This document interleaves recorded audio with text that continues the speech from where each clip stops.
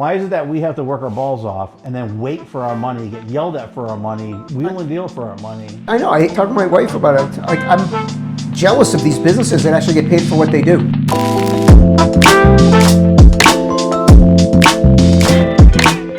Here we are on our new episode, and Marc from Z2 Motorsports is our first of this season, and I am super excited because he's going to tell us all about Z2 Motorsports, who he is, what he does, and put you right on the spot. All right, yeah. Do I tell all that right now? Or do you kind of a little bit along the way? So you could actually start off with just telling your shop, where you're located, your new beautiful building, all that.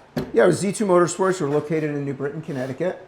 We're in an old dealership building, so it's perfect. It used to be Papa's Dodge back in the day, and it's a perfect spot for us because we've got a really good sizable shop. We've got office space, we've got a showroom, we got a kitchen, so it's a really perfect setup. We started really up the road in a small place, kind of behind a car wash, a few bays, and outgrew that space. This shop was available down the road, and just got lucky to get it. Yeah. What made you decide to make this leap into such a profitable, high? Well, that was One it. business. That was it. I wanted to get rich really quick, so I thought, well, how can I do that? So no one told you. This is what I was told when I was like 17. It's a rich man's hobby or a way to go broke. It's yeah, I think so. I should have learned. Listen. I know, right? So obviously you love cars. I've always loved cars. I mean, I've been into, it starts with tricycles, bicycles, mini bikes, dirt bikes, and eventually evolves into cars. So my whole life I've been playing with stuff with wheels and modifying it and crashing them and, doing that. And all I ever wanted to do was to build cars. And I had planned, even in high school, I'm like, I'm just going to go out, I'm going to open up my own shop. And I didn't want to work on regular cars. I wanted to just, do the cool stuff. Stuff that excites you. Do the stuff that excites me. And that was my plan all along. I barely went to high school for other reasons as well. Yeah. But my logic was, I don't need any of this stuff. I'm going to go out and do this. And after high school, went to Porter and Chester, got an actual, learned how to fix cars. Nice. I mean, I've been doing it my own, I went to the formal schooling, but I've been doing it on my own all the time anyway. And I got out, I worked in a few different places, and I was in my early 20s, mid 20s, and I was like, I'm ready to, go out and do this. I'm going to open up my own shop. And I started looking around at different places, and it sort of hit me at the time. I'm like, if I do this now, I'm married to it. And 24 hours a day to make this. I had the wherewithal at least to know that. Yep. And I was still young, and I'm like, I was single. I'm like, I don't want to just be tied to this thing all the time. And I didn't really know what to do. I had this summer of not knowing because it had been my focus since I was 15 years old. Yeah. And all of a sudden I'm like, well, what am I going to do then if I'm not going to do this thing? And I didn't know. And it just sort of hit me like, I'll just go to school. I'll see what's out there. And I went to CCSU in New Britain. I walked in towards the end of August. I said, I'd like to go here. And they said, have you taken SATs? Have you done anything that would prepare you for college? I said, no, I've done none of that. And they said, well, if you can't come in full time, but you can take individual classes part time, just pay for the classes. You could do that. And if you get a good enough grade point average, then we'll admit you full time. So it was the end of August. There was nothing available. I signed up for 3 completely random classes, and I got A's in all of them. And loved it, and signed up full time. I had to spend the first year doing remedial stuff, just catching up with things that I hadn't done. Because you're going to be a car guy.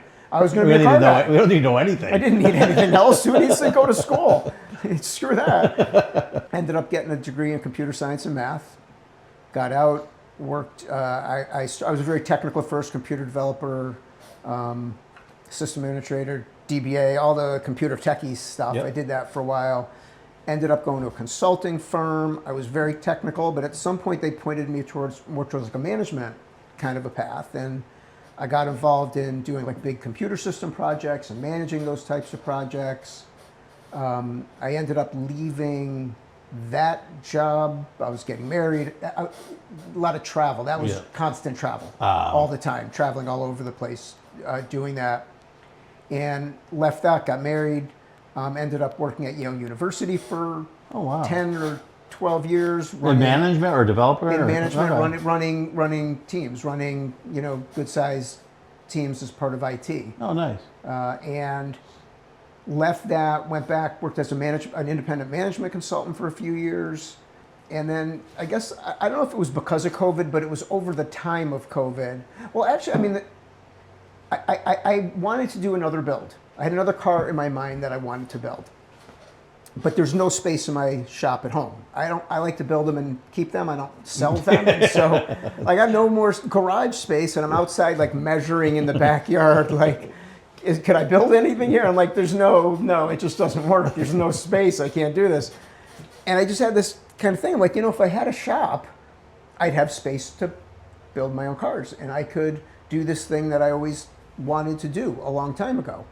And that's what I'll do. And it sort of just hit me like, I'm going to open a shop. And once I got that in my mind, it was like, now I'm like, it's all Tunnel I can vision. think about. Yeah, Tunnel yeah. vision on. I couldn't do it right away. Financially, I couldn't do it right away. It probably was like a year and a half until I actually started to take any action on it. Yep. But over the course of that year, it was all I could think about. I planned all these things in advance. In my mind, I thought it would be like, all right, it'd be me, a couple guys maybe, focused on a couple cars and really just sort of building these cars. It didn't turn out that way for various reasons. It started small, but we just sort of grew very, very quickly. And it became more of now a business. I went into it thinking like, I'm going to be in the shop, Yeah. working on my own car, while some guys fix customer cars. It never works that way. Did not work that way. It's funny because it ends up like you flash back to when we were a kid and it said, when you start a business, you want to be a businessman and you hire employees to do it.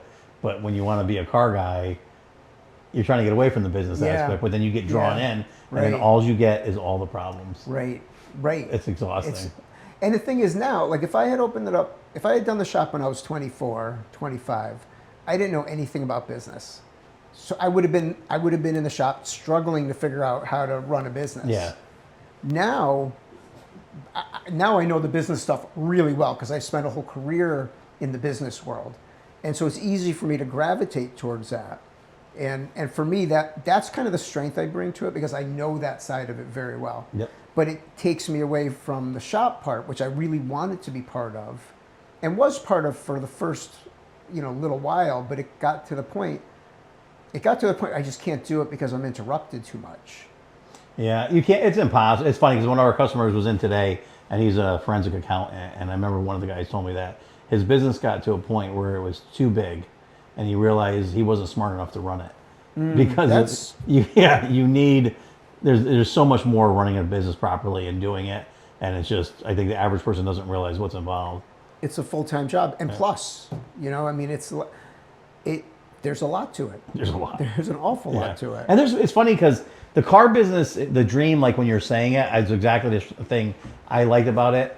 But it was different 30 or 40 years ago. It was kind of like you could come into the shop and work. Like what my buddy who has our local Matco driver. He had said that he goes, remember when you go in the shop and the owner was there working? You didn't need 50 office staff. You didn't need all these. And he goes, "What? Why can't it be like that?" Yeah. And I said, "Come into the office. It's like insane. Yeah. I can't even figure out how to get an email without running through 50 passcodes and texting here to get a code to go back on. I'm like, I forget what I'm doing now. That's my everyday. That's every minute of every day of my life right now. You don't need any of that crap. Oh, I feel you with that aspect because my worst part of the business was when I was at that. My best part is now not having any employees and just being in the shop. And you could just do the work. Yeah. I know. Yeah. And it's so different because this is what we get a lot of slack from. So business owners that are watching are going to get it. Employees are not going to get it. But it costs so much to have an employee that it takes the fun out of it. And when you're out in the office hearing them complain about something you'd love to be left alone and do, it drives you nuts, because you're just thinking, that's what I want to do. But instead, you're dealing with all the problems and all the chaos and stuff. Yeah. So, it's very overwhelming and crazy. But people just don't understand what really goes in behind the scenes of operating the business and paying for the payroll. Like, it's funny, like, Health insurance, $2,500 a month per employee. Workers' comp, $740. You start adding all this stuff up, and you're just like, Yeah. it's a lot. Yeah. It's a lot. It's crazy. So that you ended up biting the bullet, jumping in, getting it going. So so it sounds to me like you kind of have a tether around CCSU, and it doesn't. It always draws you back. I know. I don't know why, because we're like a mile from the school right now. Yeah. That's where we are. Yeah. I mean, pure coincidence that it happens to be there. Well, it's funny when you say that because my son went to WestCon for music and quickly realized that it's really hard to make money in music. You know? Yes. Oh, yeah. And I never realized that a lot of really smart people that are musically inclined are high in math. I've been told that before. Yeah, I never knew I have that. musicians in my family, and they've told me that before. Yeah, so he ended up switching from WestCon and went to CCSU. Yeah. And now he's a developer for Travelers, and he's, thank God he's not working here. Right. At least he gets a paycheck. Yeah, nice one. But yeah, it's kind of funny. So when you say you're at CCU and you're a developer, I was like, that's pretty funny. Small world. Yeah, exactly. So now, but your shop is the one that's over. It's kind of right by CCSU, right? Like under the underpass there. Exactly. Okay, perfect. Yeah. I haven't been up there that way. What's funny is I used to work for Papa's Dodge Auto Body. Oh, all right. But it was over behind the paddock there. Yeah. I think the building might even be gone. But there's like a building back there that was the body Okay. shop. That was a long time ago, and only for I think it might have been a few months, and I was just not cut out for production. I was building custom stuff, and I remember they put me over there. They don't hire anybody under 21, but my buddy Dave got me in there, and I remember I painted my first Jeep there, and I was using PPG 2021 clear, and I laid it on like glass, and they were like, guys, look at this kid, he can paint, and then they baked it. And I never baked anything because I'm always painting in a shed. Right. So I'm like, whatever it looks like, walk away. Yeah. So they bake it and it moved. And I remember it had the wood grain. It actually ate through the masking paper, ruined the wood. Oh, God. Dude, it was horrible. I went from like here to there. Right in one day. But yeah, so right across from you, ERA, do they still have that building with the ramp there? They're still over there? Yeah, they do. Are they still in business? They are. Okay. I went maybe a year ago. I've checked in with Peter P every now and then, and I was there maybe a year or so ago when we were early on. I went down to because then when you start, you'll take anything you want, anything. I'm like, we got a paint booth, we can paint, we know fiberglass, and talk with him. Maybe we could send some cars to us. That didn't materialize. He doesn't like sending anything out. Well, they don't do paint, so they've always had to send that out. Well, I don't know. That's weird. Yeah, so I don't know, who else they use, but they're still there, and I know, and he had mentioned the place across from us because I don't know what they do there, how much they use it for, but it's still there, and I'm pretty sure they're still in it, and I know they're still in business. So, what do you love the most about the trade? What do I love the most about it? Yeah. The thing that I love the most, and I have to force myself to do this, honestly, and it usually happens either in the beginning of the day or the end of the day when nobody's there. And I'll just walk around the shop sometimes, and I'll just look around at what we have, and I'm like, wow, like we have some really, really cool cars. Like, how does this happen? Yeah, you got to be pretty proud when you see that. Yeah, and I mean, I still love cars, although I'm starting to hate them a little bit. but I'm trying to keep that at bay. But I think it's being around the cars and being around car people. There's like an instant kind of rapport connection, when you meet someone who's into cars. Like, it doesn't matter what else you are in life. It's like that's kind of a connection that you have right away. So that I really enjoy. That part I like, and then the cars. The camaraderie is something that people don't really get. I mean, you hear it like with the motorcycle industry and stuff like that a lot, but the cars are the same thing. And it's cool because it's people from all, like, you'll be a Volkswagen people, and they have their own community. And you can meet a Packard people, and they have all the Packards and Corvette. It's like such a huge thing. Yeah. And you know what's funny is all the stereotypes between all the people are exactly true. You know, like Corvette people are always the same. Very rarely do you see any different. Yeah, If yeah, you go yeah, over yeah. to Volkswagen people, Porsche guys are the same. You know, everybody has their niche, but they're very similar. That's their group. They found their people. Yeah. It's pretty neat though. But what's good is when you find one, they usually flock to you, and you get a Right. million of them. So this is we'll talk about. So this is about the trades part. So because Mark and I are business people, we have a different view of employee owner relationship and stuff like that. A lot of people as employees have a tendency to always say the bosses try to never pay them enough money. They want to keep them down. They want to do that, which is definitely not the case. When you get a good person, you will do anything you can for them. Yep. You know, and you want to build that good relationship with them, and you want them to know that you appreciate them. But I think equally, they have to know a little bit about the business side, even though we don't like to talk about it because it's kind of like, I don't want to say a negative side, but it's not the fun side. I think employees and customers need to know a little bit more and be a little bit more compassionate because business isn't the way it used to be. You know, when we start talking the insurances, the taxes, the liabilities, all that stuff, there's a lot that a business has to deal with now, a lot more. And then as well with the customers, it's hard because a lot of the customers want everything instantly. And we have to kind of educate them that you can't do a lot of things instantly, which is pretty much the number one issue. Like I used to have this thing I would teach our salespeople. On the restoration side, you drop off a car and you strip it down and people are like, wow, that's amazing. You took it apart so fast. And then you start aligning things and doing metal work. And I always tell them, it's going to be forever. It grinds to a halt. Yep. Yep. I go, we have to stay positive. You got to keep positive. You're going to have way more time and money than you expect into it. And then they're going to put it in primer and you're going to be like, oh, wow. And then you go to the bodywork stage. It's the same. Oh gosh, we slowed down again. Yeah. And so I always tell our sales guys that you want to almost entertain the customers during that process, keep them educated and updated because it's a long thing. Like I hate it. Like when you're doing the work, I love doing the work. But you're like, you want to get through it to get next step, but you can't rush it. Yeah. And people, I think, need to understand that a little bit more. And I think employees need to appreciate owners more because they need to know that you're dealing with a lot on the other end. Right. A lot. Right. You know, and when there's an issue, you have to deal with that. And when they have an issue, you have to deal with that. And it's not all hunky-dory. They just see you talking to a customer and always think, oh, yeah, all this person does is kind of BS with them and have fun. And you're like, man, that'd be nice. Yeah, that would be great. That would be fantastic if that's all it was. It's like they think your life is like going to a car show, having a beer and bullshit with people. Yeah, it's not the case. Trust me, guys. What advice would you give someone getting into this industry? Wow. We'll stick to it. We'll do Wow. employee, for like employee getting into it. Somebody starting out. In Yeah, their like career. if somebody, because we always get people who want to get into this trade. Yeah. And I'm like, obviously a pessimistic person sometimes because I'm reality. I go, listen, you want to work in a body shop, you're going to sand for the rest of your life. Yep. You know, because I try to be upfront from the beginning. So there's a lot of stuff people need to know before they get in it.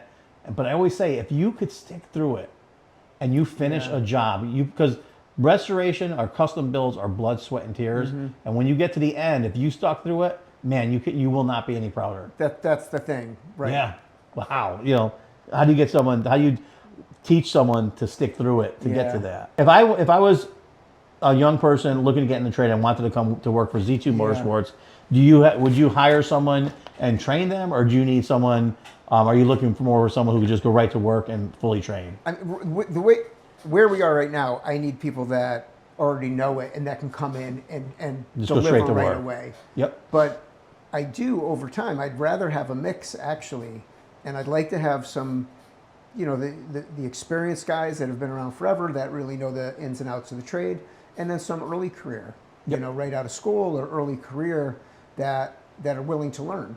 And Now, that really would wanna you learn guys entertain apprentices? We've done a couple. We've had a couple interns, not with the intent to hire.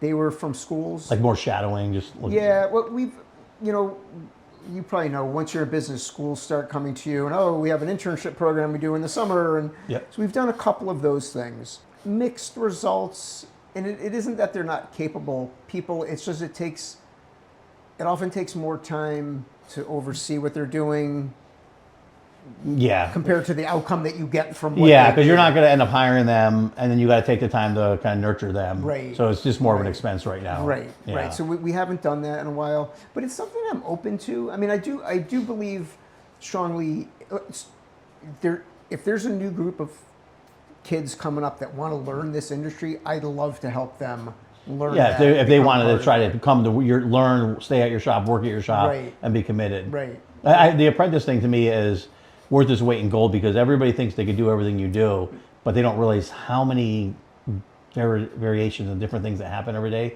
So it's like you don't learn that overnight. Yeah. Even though it's like sanding a car, there's a million things that happen that you have to sand it differently. There's different outcomes of it. We did the apprentice thing too, and we went through the same exact thing.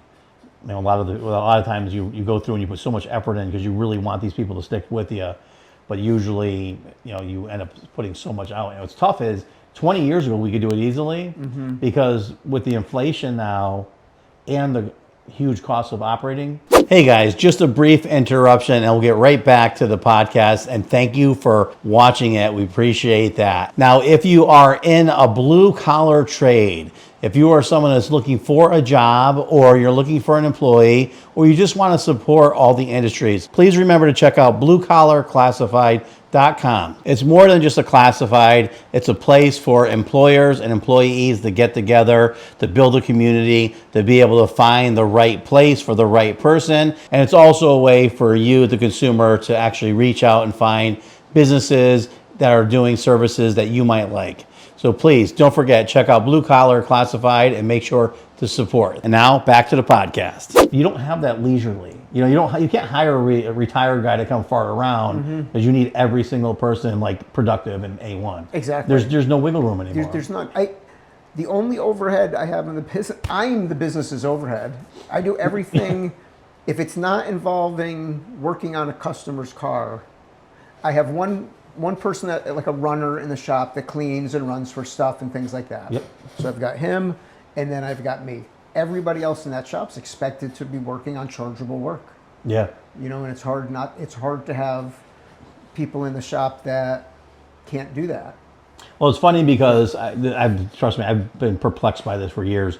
One of our customers a few years ago, he was the hiring manager for Mako and Amco. I didn't realize the guy who owned it, that was his last name. The initials in his name were that, and they would just take and change it in different ways. I didn't realize they were connected to each other. Yeah, Oh, it makes sense. So there's a bunch of companies that he owns that are all the same thing. Yeah. It's kind of cool. But what he was telling me, I'm like, how do you do it? Like, how do you do it? Like, I go, I got so heavy into it in the office side that we're like, literally, like we used to go, if each technician could bill 6 hours of an 8-hour day, we're fine. And then we got to it where a lot of them are only billing really productively 2 to 3 hours a day. You're not fine. No. And so I'm like, how do you do it at a level of that?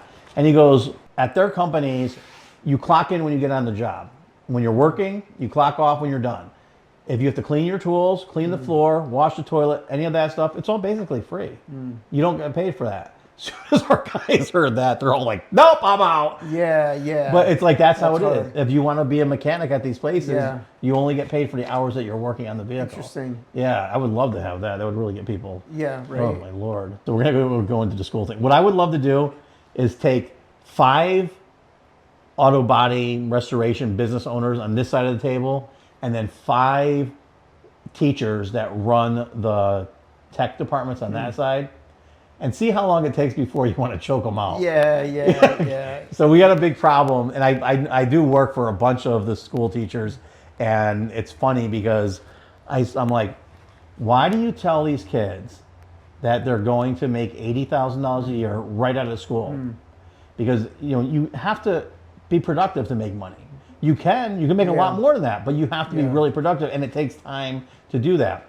And they all said the same thing. Their attendance is so low that if they don't basically lie to these kids to get them in to take the classes, they're not going to have anybody in the classes. Yeah. So then they send them to us, and there's always the first jobs. There's the first time they got a real job and they have like an eye opener and realize, if you're not working, you're not making that money. But I would just love to just.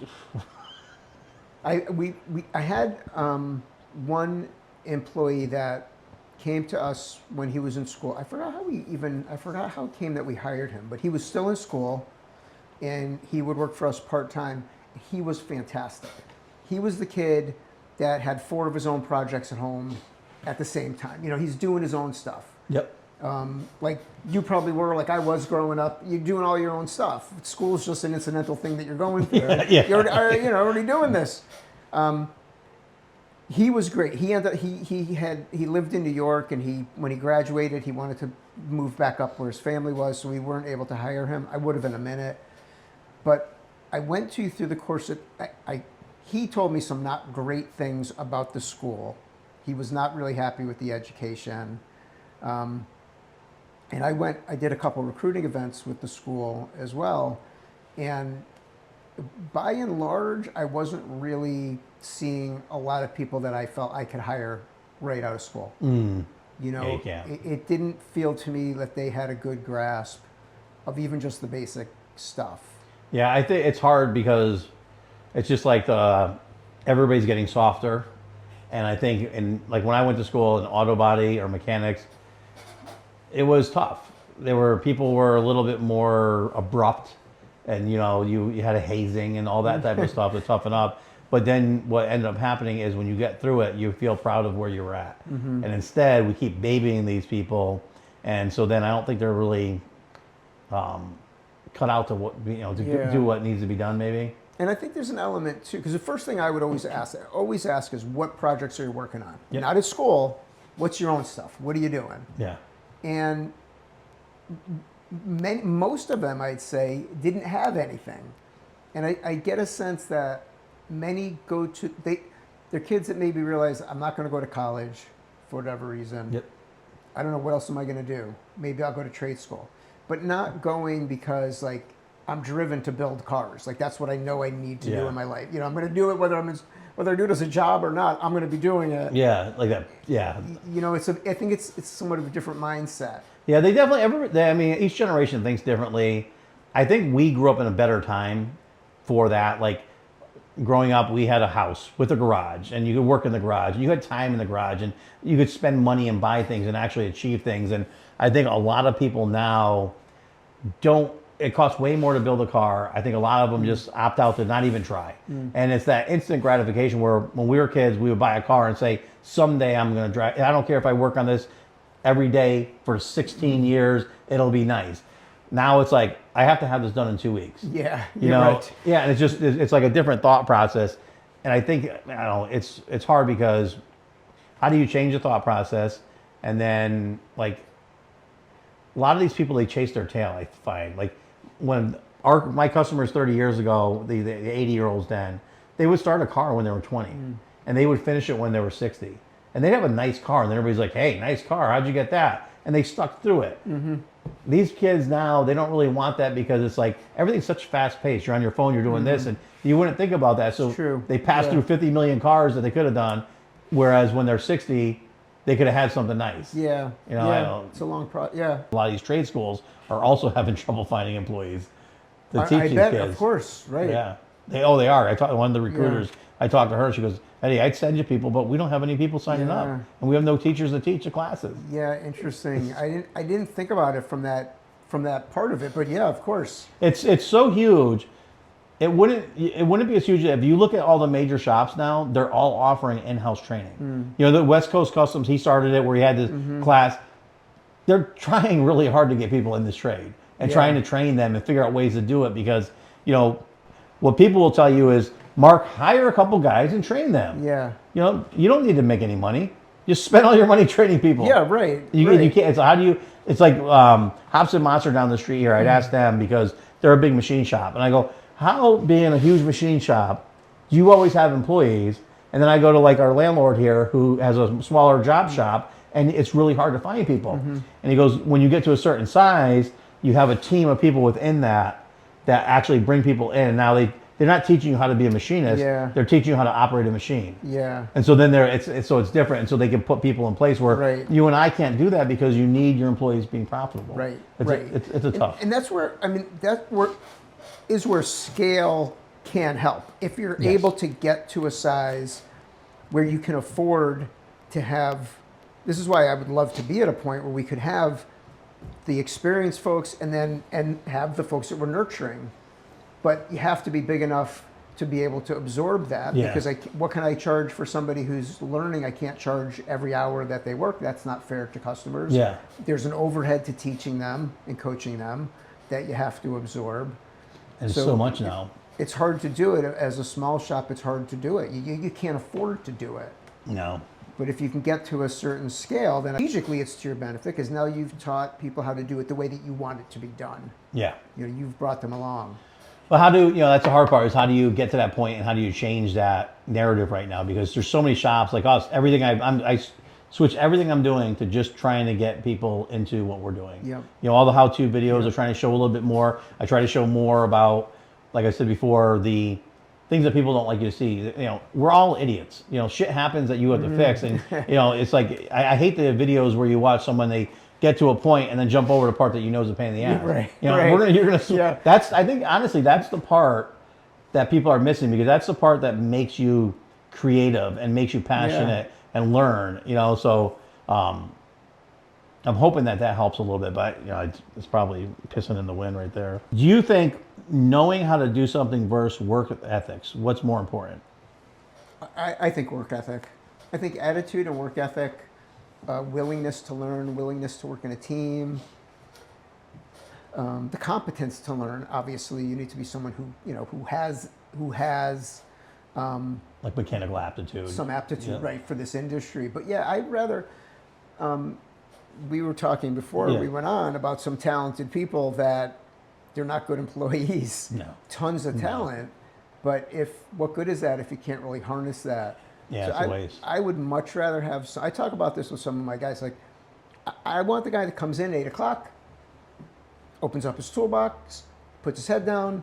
4:30 comes, closes his toolbox, and sits down, does their job, no drama, gets along with the rest of the team, not sitting on their phone half the day, and somebody who puts their head down and works. I always, like I told when we talked a couple of weeks ago or whatever it was, I feel bad because you never got to see that part of the business when it wasn't like that. It was funny because we've watched this. One of my buddies tried to coach me on some stuff, and it was funny because they said, who the hell was that? Was it Rick maybe? I think it was Rick that said that. Because he was more of a hard ass, he's old school. And it's like the guys, everybody's late. Everybody's late. I don't have time for late. I tell the customer, we're going to do this at this time. If you're half an hour late, we're already half hour behind. Right. So I would tell people, early's, or, was it late's early, late's on time, early's, whatever. Yeah, I know what you're saying, right. And so he said, well, what they used to do is if everybody had to be here at 7 o'clock, the boss would go outside with the chair, lock the door, and sit out there and say, hey, it's 7:02, let's try this again tomorrow. It doesn't work anymore. None of that works. But all our employees before, and I say every employee, I would say 10, 15 years ago, not even, probably about 10 years ago and before, they were always here way before work started. Even if I wasn't here, they'd be in their car waiting. They'd always be inside ready to go, and at 8 o'clock, working. I never even questioned it, and they would just work, and they'd work all day long. They stay focused on their job, and they get it done. They clean their work area up. Everything would be mint and nice. And then at the end of the day, they punch out, and most of them would like bullshit a little bit about cars and everything like that, and then kind of mosey on home and stuff. Now it's like everybody's late, everybody's random. Sometimes people don't show up for work, they don't even call.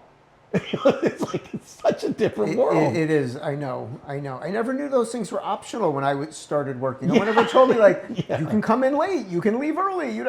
Never knew I could. To me, I always assumed that the expectation was that I'm there doing my job and have my head down. It's just so different now, and people don't understand. As an employee, as a boss, and this is the thing. I told you about reputation, because it chaps my ass that your reputation gets ruined because you're running behind. Because employees show up late or don't show up for work. Yeah. And that falls back on you because you're the boss. So if your guy doesn't show up to work for a week, and you can't get a job done, you're gonna get screamed at, and you're the asshole. It doesn't matter when you're at the car show. That guy quits or gets fired. You're gonna have to go there and put your head between your legs and look like an asshole. Right. And tail between your legs. And that's the risk of business ownership. In any business, you're the one responsible for the outcome. It comes down to you. You're responsible for what everybody in the shop does. In the end, it's tough. It is hard. It's a lot. And there's so much volatility in this business. There's so much unpredictability. I think that's a big part of it. People would never realize, because everybody, like when you had said something before, I didn't tell you that, but like a guy called me up and he said, how much is it to restore my car? No. Yeah. I'm like, I can't give you a number. And he's like, well, how long you been doing this? I said, since I was like 15 years old. And he goes, then you're an idiot. You can't give me a number. And I said, you have no idea what's underneath that that quarter panel when you pull it off. Yep. What if every bracket's rusted? What if every bracket's not available and you have to hand fabricate it? You know, how far do you go? What do you? There's so much to do that, and you know, people get pissed off. And I get it. I get it. If you came to fix my air conditioning in my house and had an open ticket. See, that's the thing, and this is I think the biggest thing. I'm not gonna say all my guys, but this is where the guys doing the work tend to have the attitude of, well, it takes as long as, and I get this, right, because I'm on both sides. You know, on one hand, from the staff perspective, which I totally get, it takes me as long as it takes me. Yeah. What can I do? It is what it is, right? And I get that. I totally get that. The conversation with the customer, though, to say, well, it takes as long as it takes, almost never, you know, whoever says, okay, that's fine, just send me a check and I'm fine. Yeah. People want to know, they have to have some parameters to work by, and they have budgets and they have expectations. And I think therein lies the biggest problem about this. And to your point, exactly, I've had the exact same line of questioning, like, well, you're the professional, how do you not know? Don't you know? If you don't know, then how much experience could you possibly have? And it's well, you know, every single job is different. Everyone. Everything is different. And you don't know what little stupid thing you're going to run into that's going to delay you. It happens over and over and over again. So, you know, so we're responsible for what we do, and I have to charge people and I have to defend and justify what we do. And, you know, you get to this point where you have a choice. Either you know, beat the crap out of the customer and just, you know, suck it up. It is what it is. And if you can't pay, you can't pay, and I'll just take your car and, yeah, know, but part of the business is you want repeat yourself. business. You want people coming back and telling their friends. So it's hard to be that person. Exactly. So that's the thing. Exactly. And we talked earlier, I'm super sensitive to that. I don't want anyone saying bad things about us. I want to please everyone. I want my staff to be happy. I want the customers to be happy. So what you do is you end up absorbing it yourself. Like, okay, I can't pass on the cost, so I'm going to absorb the cost. But the problem now, too, is that with the inflation, we can't afford to absorb the costs anymore. Yeah. No. It's funny because on one of the Roadster Shop podcasts, I think it was, they were talking about why smaller shops fail. And it was just such a simple thing. They said, if a small shop has a paint job that fails and they have to fix it, there's only two scenarios. One, they tell you to screw off, which is going to give them bad reputation, bad business. Or two, they put themselves out of business. Because you can't afford to redo a paint job because now you're going to lose 6 weeks of work plus all the money. And that's half your revenue if you're two guys. Yeah. Yeah. And it's like, I'm like, man, I wish I thought about that. Yeah. It's so true. Yeah. It absolutely. So this is where I think scale is helpful. It's hard to get scale. Obviously, it's extremely hard. But if you can get to a certain scale, now you've got some flexibility. Because if you have one job that goes to crap, okay, I can absorb that. That's 1 out of 10. Yeah. You know, I still have chargeability from, you know, 8 other people or whatever. But it's hard, but then the risk comes where now you have 4 or 5 jobs that have gone astray. Yes. Now you're not just covering the cost of one job. Now you're covering the cost of 4 or 5 jobs and paying 8 or 9 guys. And that's a different story. It's so hard because we ran out, when we were doing a lot of leather interiors and power movers and all that type of stuff with the car dealers, we'd always have like one dealership that owes you $400,000 or $500,000, but the rest of them were paying. And then when the car business crashed, when all the dealers crashed, all of a sudden all of them owe you. And it's it was the same scenario where you just... You went through that? Yeah. And it was like, but it's the same thing. It's just like when things are working on outweighing the other side, you're good. But once it gets top heavy, man, it's not good. But it's funny because we were talking about that. One of the turning points too that sucks is with the price being so much for parts and materials now, it's hard to absorb stuff. And I could tell you the day that I realized it happened. And it was like probably about 8 years ago. And I remember we had a customer. He was the first one that I've ever had. Everybody always trusts me. They know that we do the best going through it. We don't mark things up and go, everything's very on the up and up. But this one guy called up livid. And he's like, I see here that you charged me for a spark plug, but I brought spark plugs. I said, yeah, you brought 7, but you have an 8-cylinder. And he's like, well, I have the other one. I'm like, okay. So did you want me to should I have stopped and called you and wait for you to drive from Bethel to here with a spark plug, or spend the $6? And he says, I'm bringing it up right now. Take that off my bill. So it's like, and I remember, I'm like, and every job after that was just like, everybody's just like crazy. But when they came up, he throws the spark plug down, he's all pissed off. And then we used to keep a big jar of candy, like Andy's candies. Yeah. As we're talking, his wife fills all her pockets with it. I'm like, are they trying to recoup the money from the gas? Right, exactly. And ever since then, it's just like, it was a different world. Everything changed. And I get it, because you have to really pay attention to when you're spending money, because things add up. But now it's like, we did it, I was looking at one of our old invoices for chassis parts, or for suspension. You buy all the bolts before for like doing a whole front suspension for $9. Now one bolt's $29. Crazy. It's crazy. You see why people are like I know. looking at that stuff. That's, oh my God. What habits separate successful employees from unsuccessful employees? I mean, I don't know that there's one, but I mean, I think the first one is sitting down and doing your job. Staying focused. Yes, staying focused on what you're doing. Assuming you have competence and all that. I mean, assuming that you know what you're doing. But sitting down and doing your job and being focused on it, that's at least half the battle. Yeah, I agree. Working neat and methodically, some people feel it slows you down, but it speeds you up. And I remember one of the guys was telling me about, he's an A-Tech. And he's like, everybody's looking for an A-Tech, and everybody thinks they're an A-Tech. Yeah, right. But he goes, an A-Tech in the morning had everything ready to go from the night before. Yeah.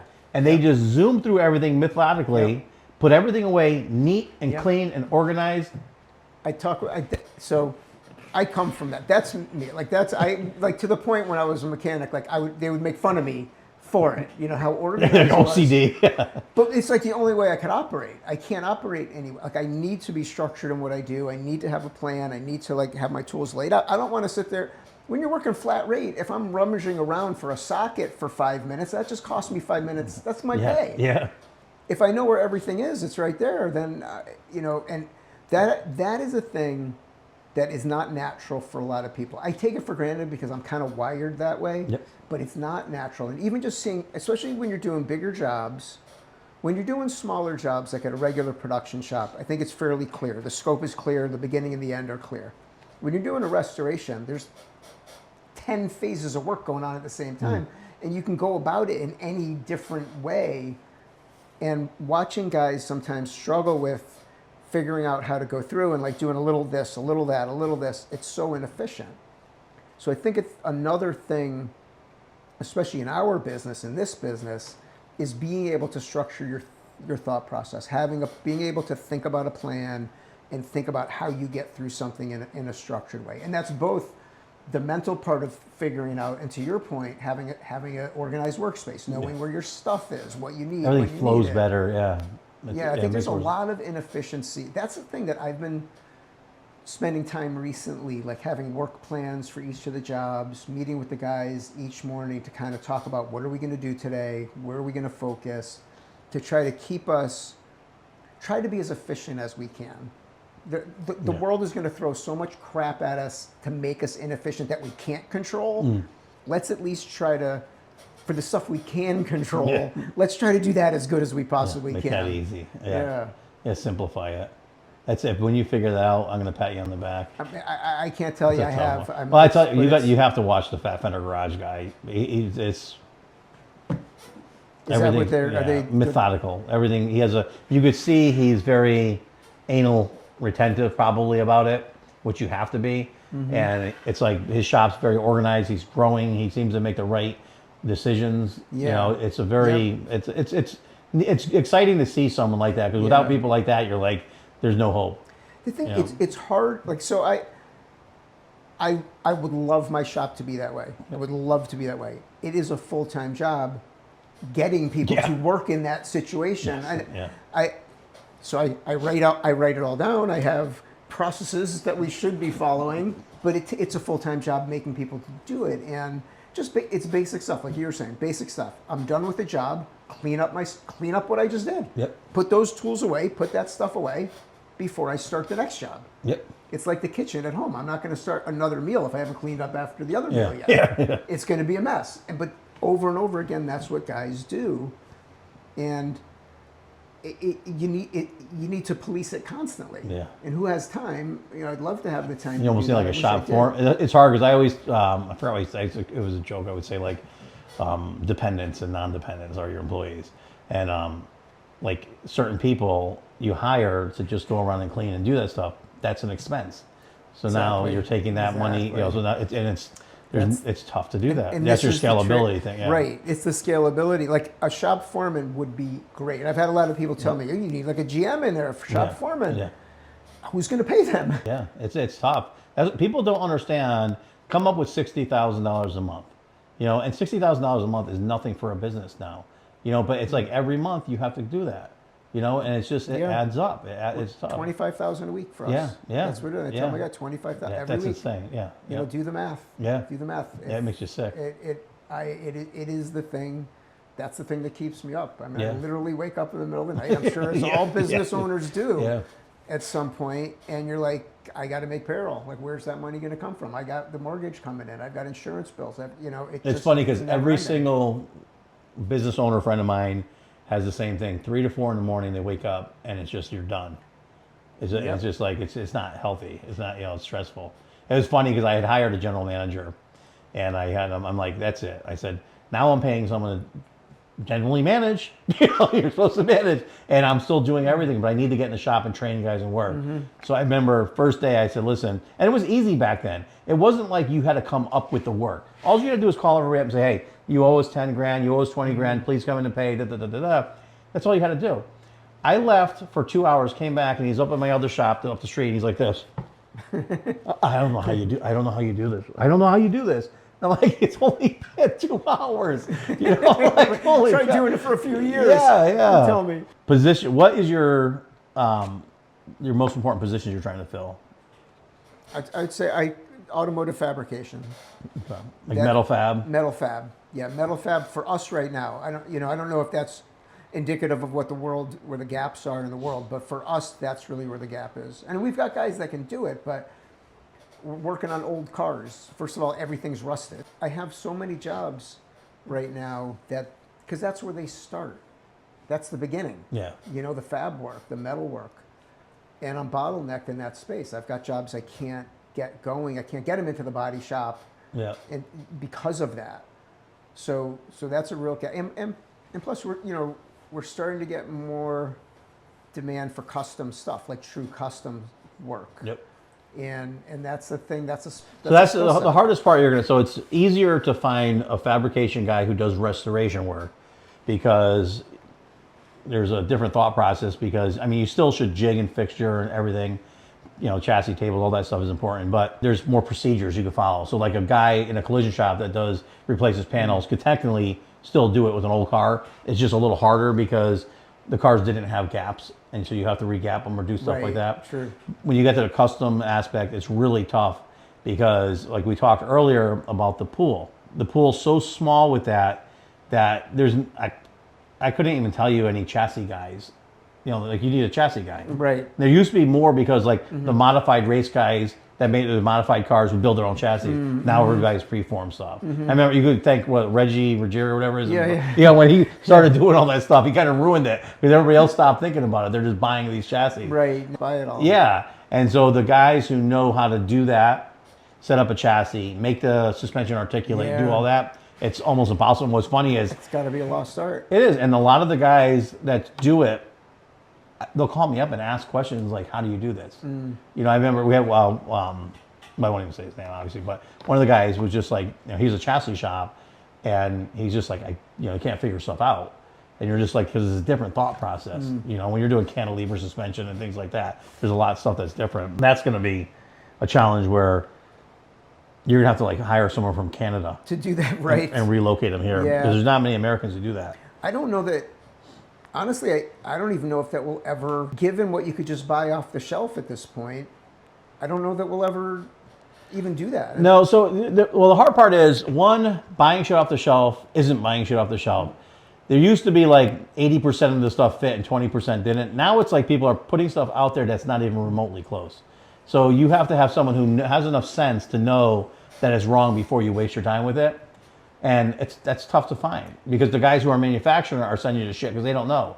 So how are you going to find that one guy who does know? And it's really tough. There's not like race car. It's hard. Like you'll get someone who does roll bars, and they're going to want $80,000 a year, and all they do is roll bars. Yeah. And you're like, I don't do that many roll bars. I could have right. How am I going to generate?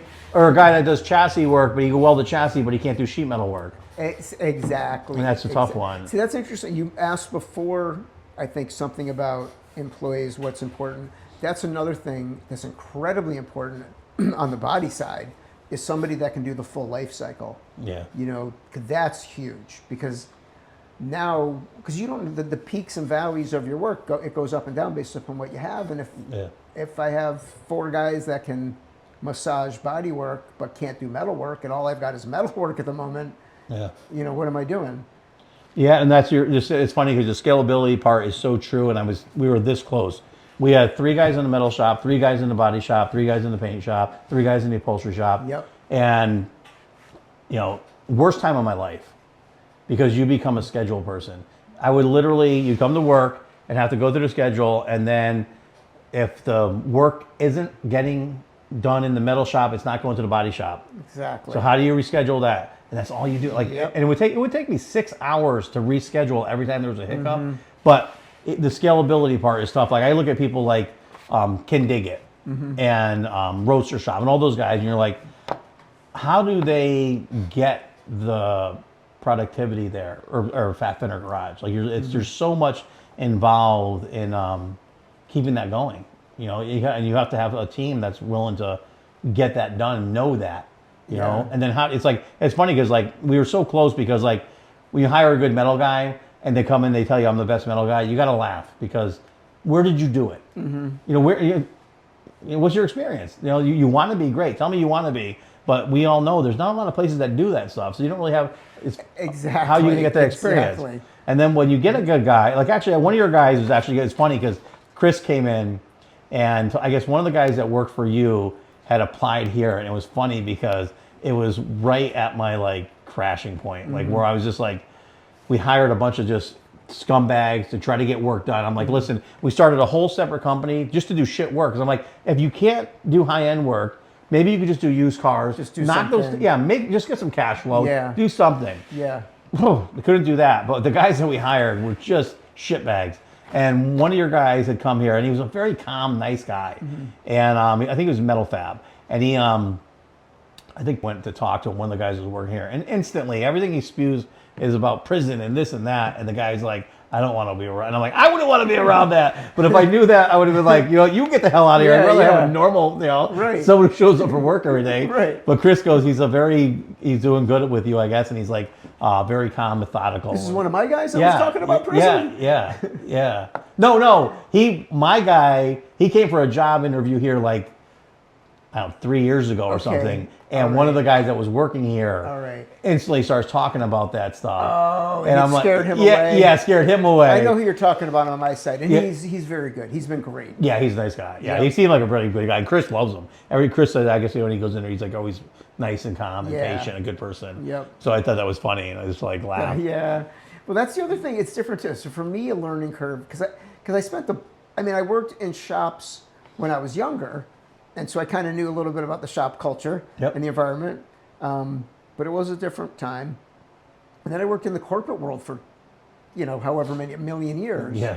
And there's a different level of expectation, I think, in the business world that could be somewhat self-sufficient and that you're going to do your job. It's so, in the trades, I think there's just such a wide range.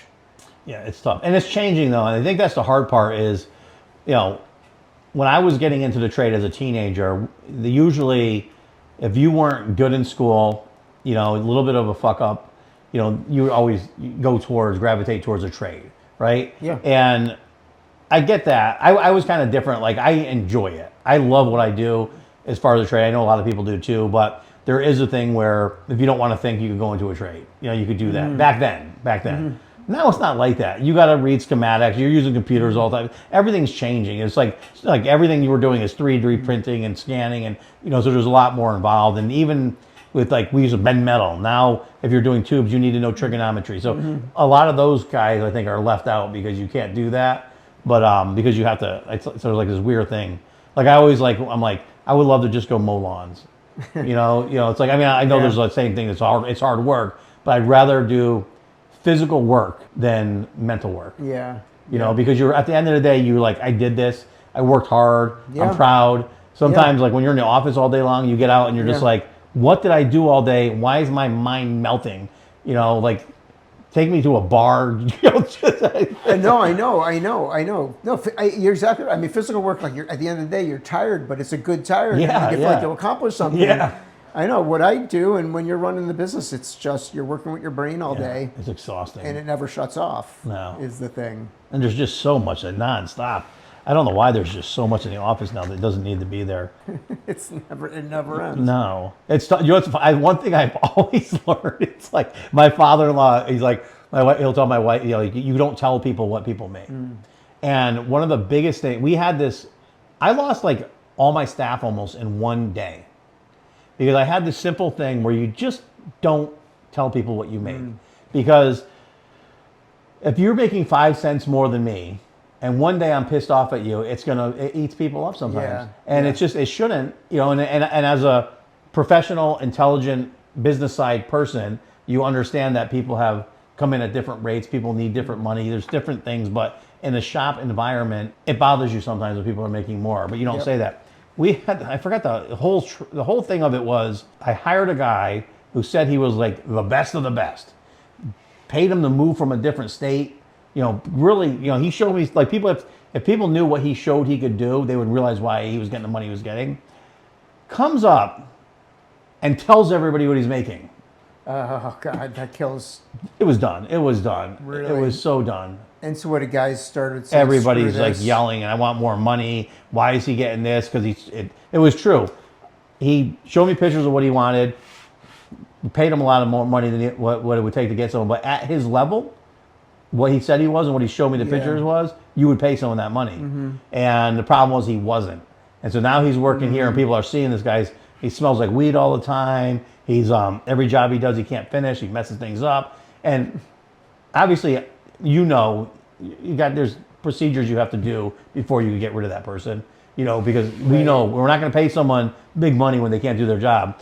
But instantly telling it was just, everybody was living. I'm like, you know, at this point, and I have a strict policy. I always, to this day, is if you tell people what you make, you're fired. Done.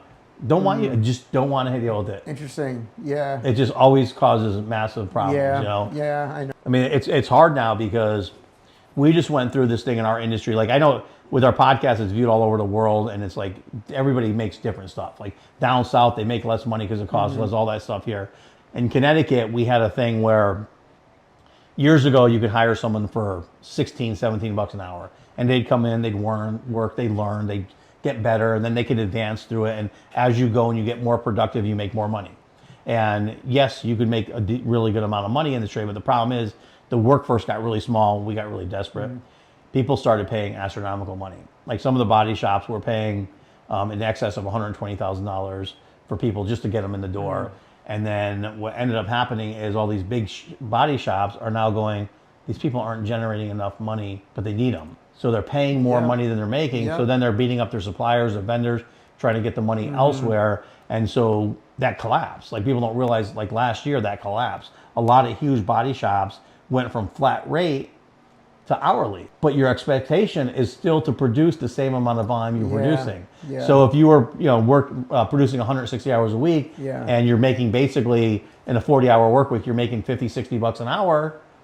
Now you're making $22 an hour and still expected to produce that same work life. So it's a tough formula. So now people are like going back to like, well, I can go to a restoration shop and get paid hourly and not work flat rate and be expected to do that. And that's another thing too, is that in Massachusetts, I don't know how, this was a few years ago, there's a couple of restoration shops that charge flat rate for restoration work. God, I wish I can't do it. And How do you do it, but though? their hourly rate is so low, it doesn't even make any sense to me. Yeah. I don't get it. I don't know how you do it because what do you base it on?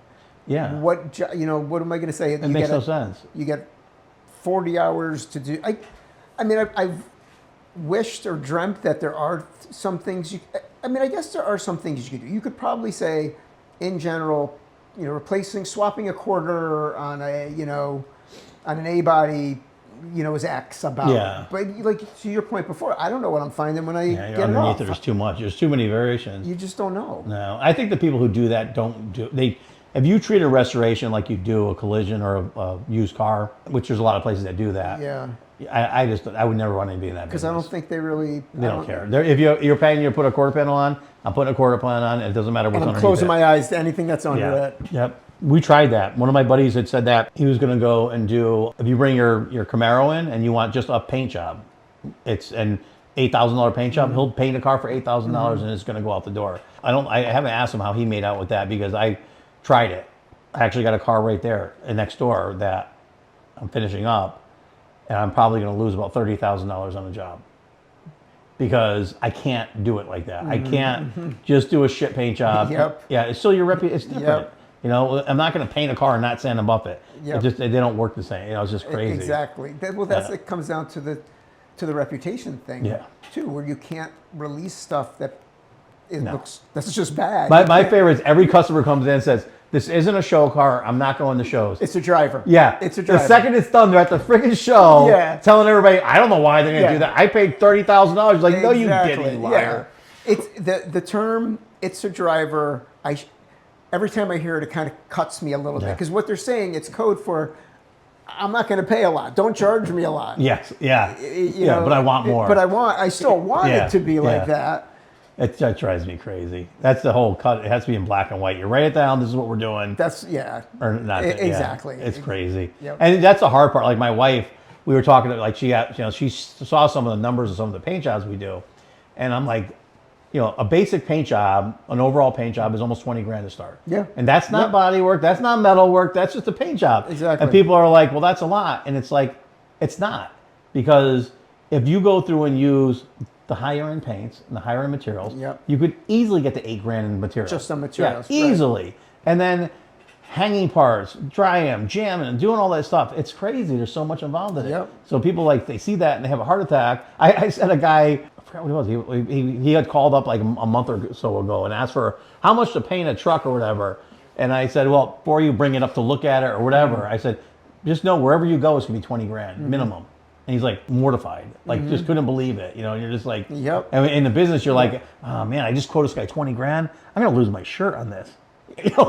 Right. See, this is the thing. They're on the other side. They're like 20 grand. What kind of, you're stealing. You're robbing. Yeah. On your side, you're like, there's no way I can do it for 20 grand. It's going to cost me 40. Yeah.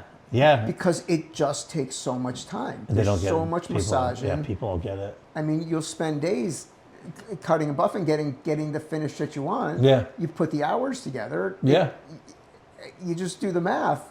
It's funny So because much time I hate when everybody started using the linear blocks and the plastic blocks. So our thing was we would use Durablocks and everything, and that was a basic restoration. It would be straight enough for a local guy and out the door. If we were doing like a serious show car or something like that, we didn't have stuff. So I would take aluminum blocks, wood blocks, make our own shit. We'd do it. But that car cost way more money. Now everybody's like, oh, everybody buys linear blocks.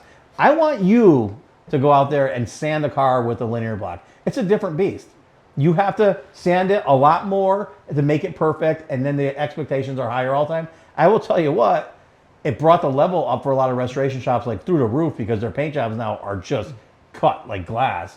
But it's just like, it's more work and it's more time and it's just more and more and more. And more money. Yeah. You have to pay for that time. Yeah. And if it's your time and you're working around the clock, it's your own effort. But when you're paying staff, you have to pay them for what they do. That's the hardest part. It's like when you're by yourself and you're like, I could spend an extra hour on this, make it a little bit better. Yeah. But when you're a boss, you're like, if you spend an extra hour, you're out. Exactly. It's like that extra hour was everything you would have made. Right. And it's funny. I used to tell the guys, because we go through this all the time, about they all think you're making a killing, and I would be like, Okay, what was the formula? Monday, Tuesday, Wednesday, and Thursday go to.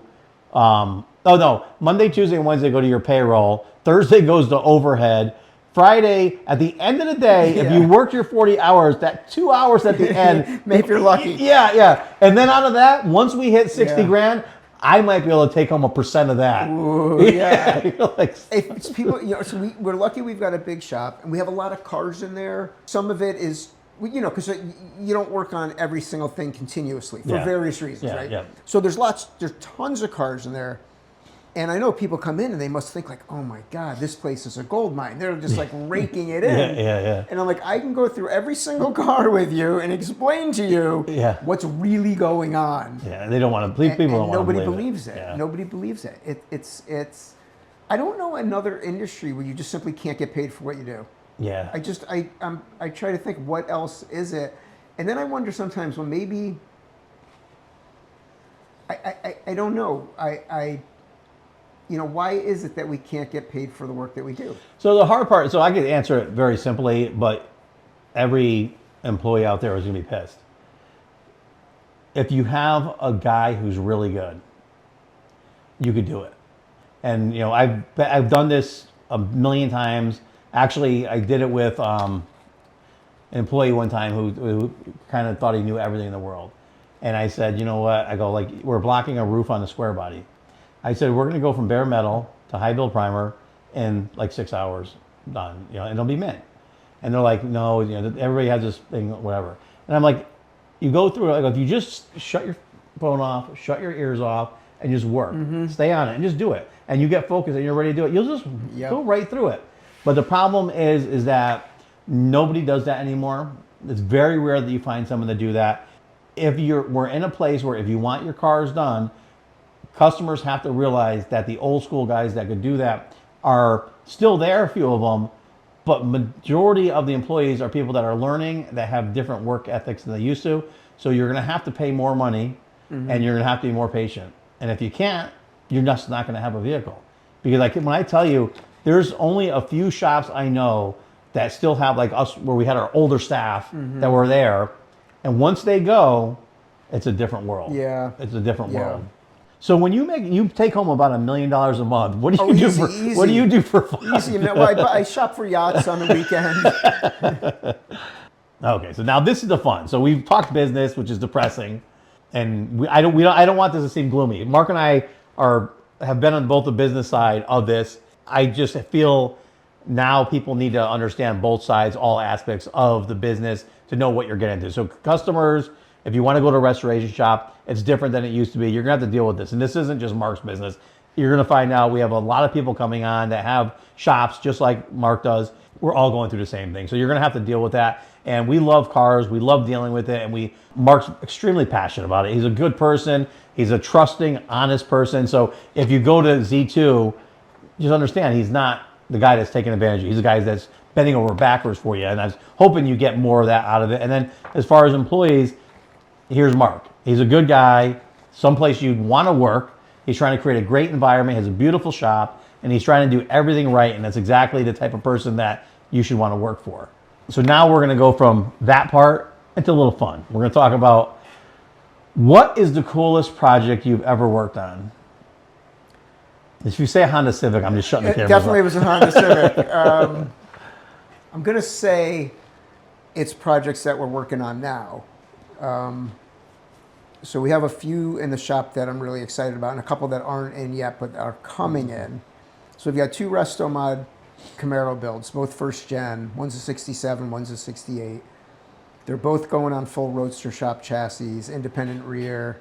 One's getting a 383 stroker. The other's going to be an LS7 with a supercharger. Really, both are going to be high-end Restomod builds, and I love that. That's your excitement. That's my excitement right now. I really, really think, at least for us, Restomod is where we want to go. That's really where we want to focus. I think that's frankly where people want to spend money right now. And there's a big thing too. People want to be able to drive their cars that perform well. It's a different beast. They want to drive. They want to have it. They want to drive it. They want it to look cool. I mean, so those two Camaros, plus we have a couple early Dodge pickup trucks. One's already got a Hemi, one we're putting a Hemi in it. We're doing a lot of, so it's the resto mod ones That excites you. Oh, how could I forget? The one, actually, we're taking it apart right now. 1954 Pontiac Star Chief. It's been fully restored by a different shop. Came to us fully restored. The customer says he loves the car, loves how it looks, loves the interior. It's a convertible. He said it just hates driving it. Doesn't want to start. It drives like a pillow. You know, you can't. And he wants to modernize it. So we're working a lot with Roadster Shop, I guess. We're taking it apart. No one makes a chassis for this thing. They only. Oh, so they're going to scan it for you? You're going to scan it. So you got to ship it out there? We're going to ship it out. We're taking excellent. the car apart now, and we're going to ship it out. They're going to scan it. That's a big push they're doing now, huh? Because I see them scanning a lot of cars, like people are saying. Yeah, and they got the capability to do it, and why not? Yeah. If you can do it, I mean, they charge you to do it. Unfortunately, it's part of the deal. It's funny because you had the business side come on. As soon as you were saying, I'm like going, they're not doing this for free. Well, we tried the argument of, but now you have the scans, you can reproduce. It's like, no. You know, we have enough business. You got to play by our rules. Yeah. So that one, I am really excited about that car. I guarantee if Troy Trepanier sends a car, they're not charging them. Yeah, exactly. That's the thing, right? Who are we? You know, but that one I'm really excited about. And that one, I have kind of a vision for it where I want it to be sort of subtle. I don't want it to jump off the page like, I'm a crazy resto mod, sleeper, 20-inch wheels. And I want it to be subtle where at first glance you're like, oh, it's a nice looking, it looks a little different. Something's a little different. I don't know exactly what it is. But then when you realize what it's got under the hood and what it's got for a chassis, wow, that is really cool. Excited. So that's going to be the next question. Was what's one you're most proud of? That's probably going to be it. I think when that one's done, that one will be one that we'll love to show off. Yeah, you need the overhang. Oh, see, that's the thing. Well, these were covered in paperwork for work. I had to take everything down. It's like that's probably like, oh shit, where's all that stuff at? What is the most challenging project you've completed? Have you guys completed a lot of cars? We haven't completed a lot so far. New, so that's one of the challenges. Because you've only been in the new shop for what, like 8 months? We've been in the new shop for a little bit over a year. Oh, it's been that long already? Yeah, Wow, man, a little bit over a year in the new shop. Yep. I think the one that's the most challenging is the one we've had the longest. It's the first thing we ever got. And it's not really indicative of the kind of work that we'll probably do.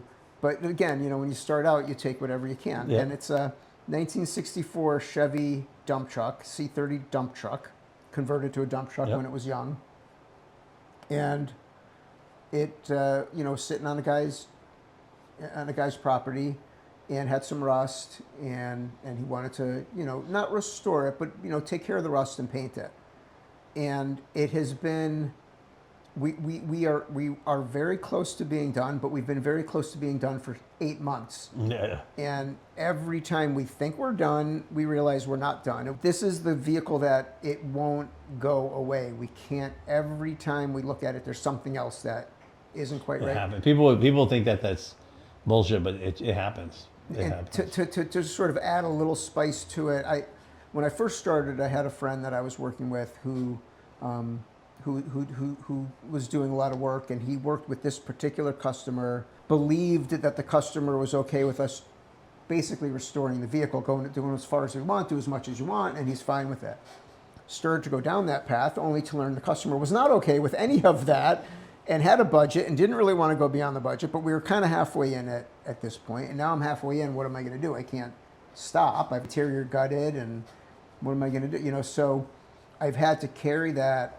I've carried that all the way through with hardly any income from it Trying to be a nice for a guy, very, very long period of time. And it has been, it's been the most challenging. It's the one that I just really want. And the customer's so fantastic. He's such a good guy. I want so much to get this to him, but I want it to be right. I can't give it to him. Yeah, it has to be right. It has to be right. Yeah. One thing wrong and your reputation shit. Exactly. Yeah, it's tough. And so this one, that one, it's a sore spot. us. Yeah. One of our biggest problems we had, that general manager I said that was going to do his job, he was at a commission structure, and the commission structure about getting work in and doing work and getting paid for, right? And one thing you'll know, if you know me, I don't quote a price because it's always changes. And if I tell you a price, that's going to be in your head forever, so I don't do that. Right. We had a bunch of jobs going on, big restorations, and we just time and material. That's how we work. And his job is to update the person. So I'm like, okay, guys are working on it. How's it?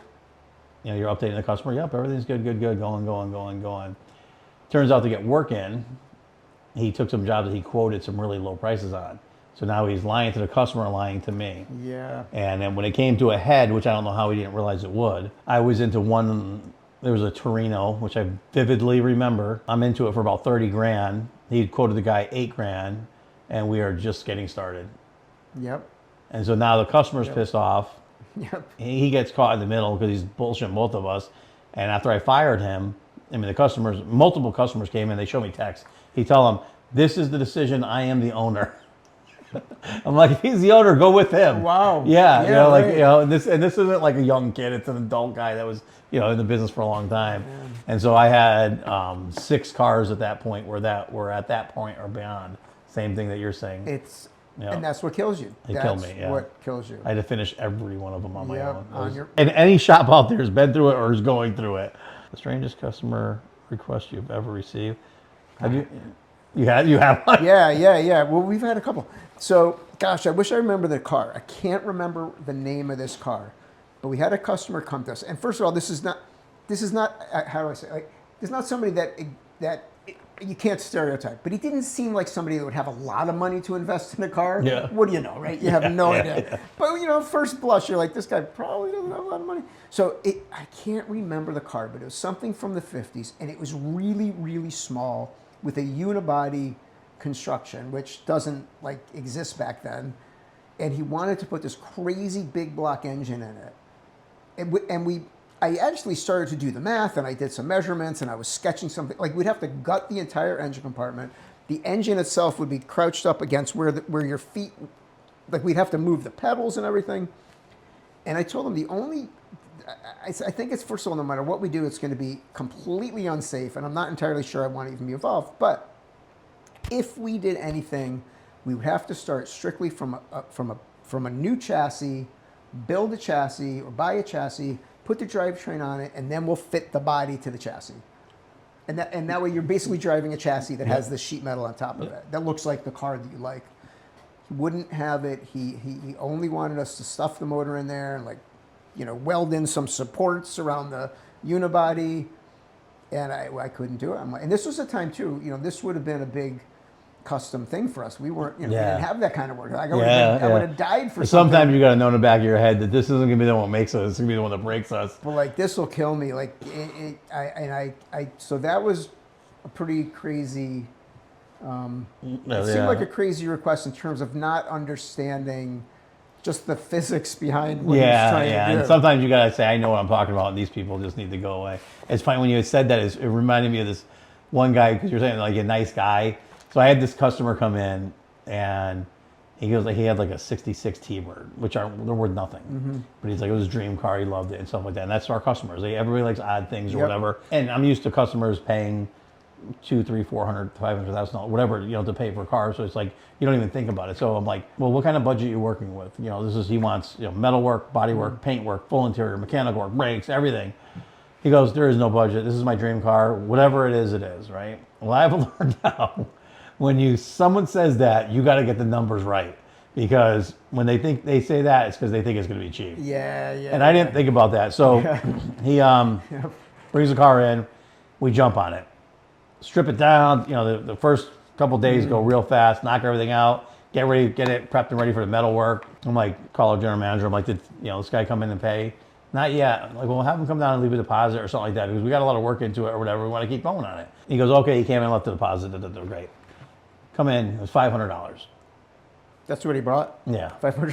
$500. And you've got thousands into this. Yeah, we had a weekend. Two guys a weekend, so you're at $8,000-9,000. Yeah. And so I'm plus whatever materials. So I brought him in, and I'm I go, can we talk for a second? I said, you said there's no budget. He goes, there's no budget for this. And I'm like, well, you do know what this costs, right? He goes, yeah. He goes, I figure out, I know what it costs, because you dropped off $500. And he's like, oh, yeah. He goes, why, that's not enough? You want $1,000? And I'm like, usually people drop off 5 to 20,000. You know, like let's go and keep it going or whatever. And then he's like, you can see it in his face. He's like, oh, he goes, how much would this cost? And I said, for where you're going, back then it's probably 150 grand. He's like, oh, we got a problem. He goes, I took out a mortgage on my house for 20 grand. Oh my He goes, I God. bought a dog for 10 grand. Well, there you go. That's a mistake. That was, yeah, but that was you know, made sense to him. Yeah. He goes, and so I figured we could do this for 10 grand. And so I'm my like, wow. I go, you're really off. And so then I explained to him, and he was a really good guy. He's like, he wants to move forward with it and keep doing it. And so he would come in with 500, 1,000 here and there, something like that. And it's so hard. That's when I learned, because I never really had that before, but to pull the project out to get going on it, it's not even worth it. Yeah, You know? yeah. So I kept it going. I had the car here for like 3 years. Same thing. And finally, Yep. I got to a point where I'm like, you know what? I gotta just get this thing done. You know, I in my mind, once I start something, I want to finish it, so it Yep. drives me crazy. And even though he wasn't paying, so I get to the thing, and this car was a fucking nightmare, like really bad. Like I hired the body guys to come do body work on it that were well known for doing body work, and then they come and do it, and they didn't put the catalyze the Bondo properly. I mean, like remedial stuff. So I had to strip all the back down the metal again after paying people for months to do, a month to do Yep. it. You know, Yep. just stupid stuff. So then go through, I do all the body work, get it done. Now lost my shirt already, but I want it done. He wants it. We're gonna do a fade with pearls on it. So I get it in the booth, and normally I do like one color, clear it, or sand it, or whatever, and then put a clear base coat on it, and then put the next color on it and protect it. I'm like, there's no time or money for that. So I do a really nice fade on it, gray to silver, get white pearl all over everything. And I go, nice. I'm gonna come in here. I'm gonna win. Now I'm just gonna clear it out the door. I walk in there, and I've never had this happen before or after that. Hook the spray gun up, and the PPS cup explodes, Oh God. hits Oh, the no. ceiling, and the clear goes all, I mean, it was like everywhere in that car. So now I'm like, what do you do? So I had to sand the whole thing down and repaint God. it. And finally, that was when I was like downsizing rapidly. And I'm like, you know what? Any customer who's not paying, I'm not beating myself up anymore. Yeah. I go, if you're not paying, it needs to go. Yep. And I was really nice to my customer. And what's funny is the customers that didn't have the money were the assholes. I'm like, listen, you can take your car. When you get your money, when you build up some money, then bring it back and we'll jump on it. But Yeah. have money ready this time. Yeah. I tried to be really nice to them, to a bunch of people. And what's funny is, which I'm curious how those cars made out, because I got rid of probably 30 cars. Like I told you, we were building 54 cars at a clip. It was like, well, you know, it's insane. Yeah, that's Yeah, it's insane.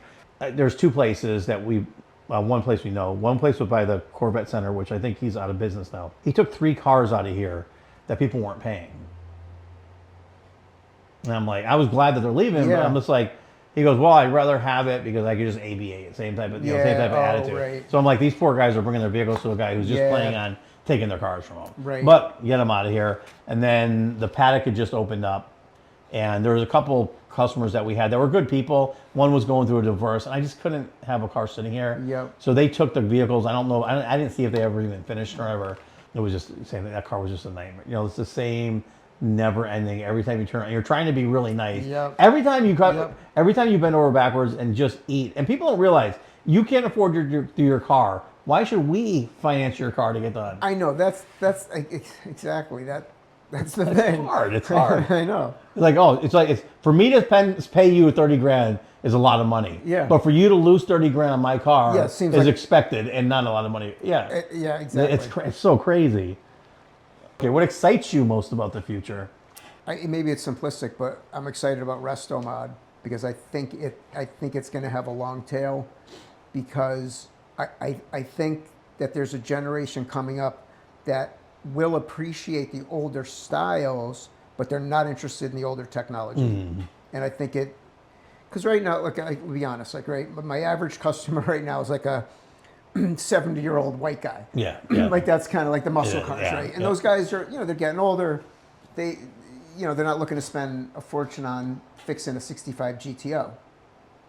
But the guy, the 45-year-old banker that, thinks the GTO is really, hey, how cool to have that. My buddy's got Porsches and stuff, but I'll have that thing. But, Yeah.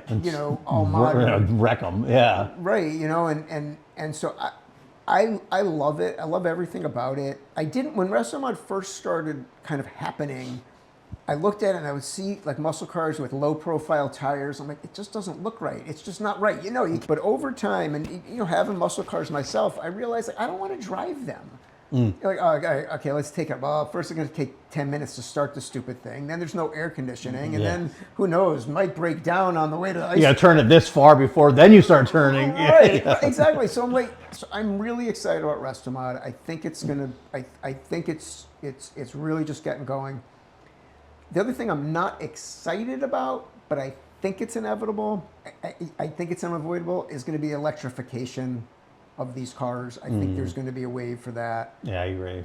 I mean, from a performance perspective, it's just stupid stuff. Yeah. How crazy the performance can be. I just worry about the liability. There's already been some incidents with batteries and stuff like that. Yeah, I think there's a lot before. I mean, even the regular industry right now is pulling back a little bit, right? Manufacturers are dropping. So I think it hit, you can kind of see it happening where it sort of went. There was a crescendo. There was this ball of energy behind it. Everybody's all in. And the government was subsidizing everything. Yeah. And some of that kind of went away. And now all of a sudden it's like, and the market has been like, whoa, we're not ready. The stations aren't there. And you could see the pullback, but it isn't, I think it's just a correction. I think it's inevitable for a lot of reasons. I agree too. I think I'm not, obviously I like you have big horsepower, screaming motor. I love that. I just can't get it out of it. I also appreciate, it's just kind of like a diesel motor. Like I appreciate them. I'm not really a diesel guy, but the torque and the horsepower is insane. Right. It's amazing. Right. Same thing with electric cars. Their torque and their power is just, it's crazy. Yeah, it is crazy. But so it's like, I appreciate that stuff too. But yeah, I agree with you. I'm like kind of like it started off all gung ho, and then it just kind of faded out a little bit. But it is inevitable. It's inevitable. Yeah. So I'm excited about where this can go, and I'm excited about applying new technology. For a long time, I feel like the industry kind of turned a blind eye to technology because we just want to focus on these older things and we want to polish them and make them, and which is great, and they have their own charm, and it's what I grew up with. It's what I learned to love, but why ignore what's there? Why ignore it? It exists in the world. It would be like saying, TVs were great in the 60s. I'm never going to watch a TV after the 60s. Why would you do that?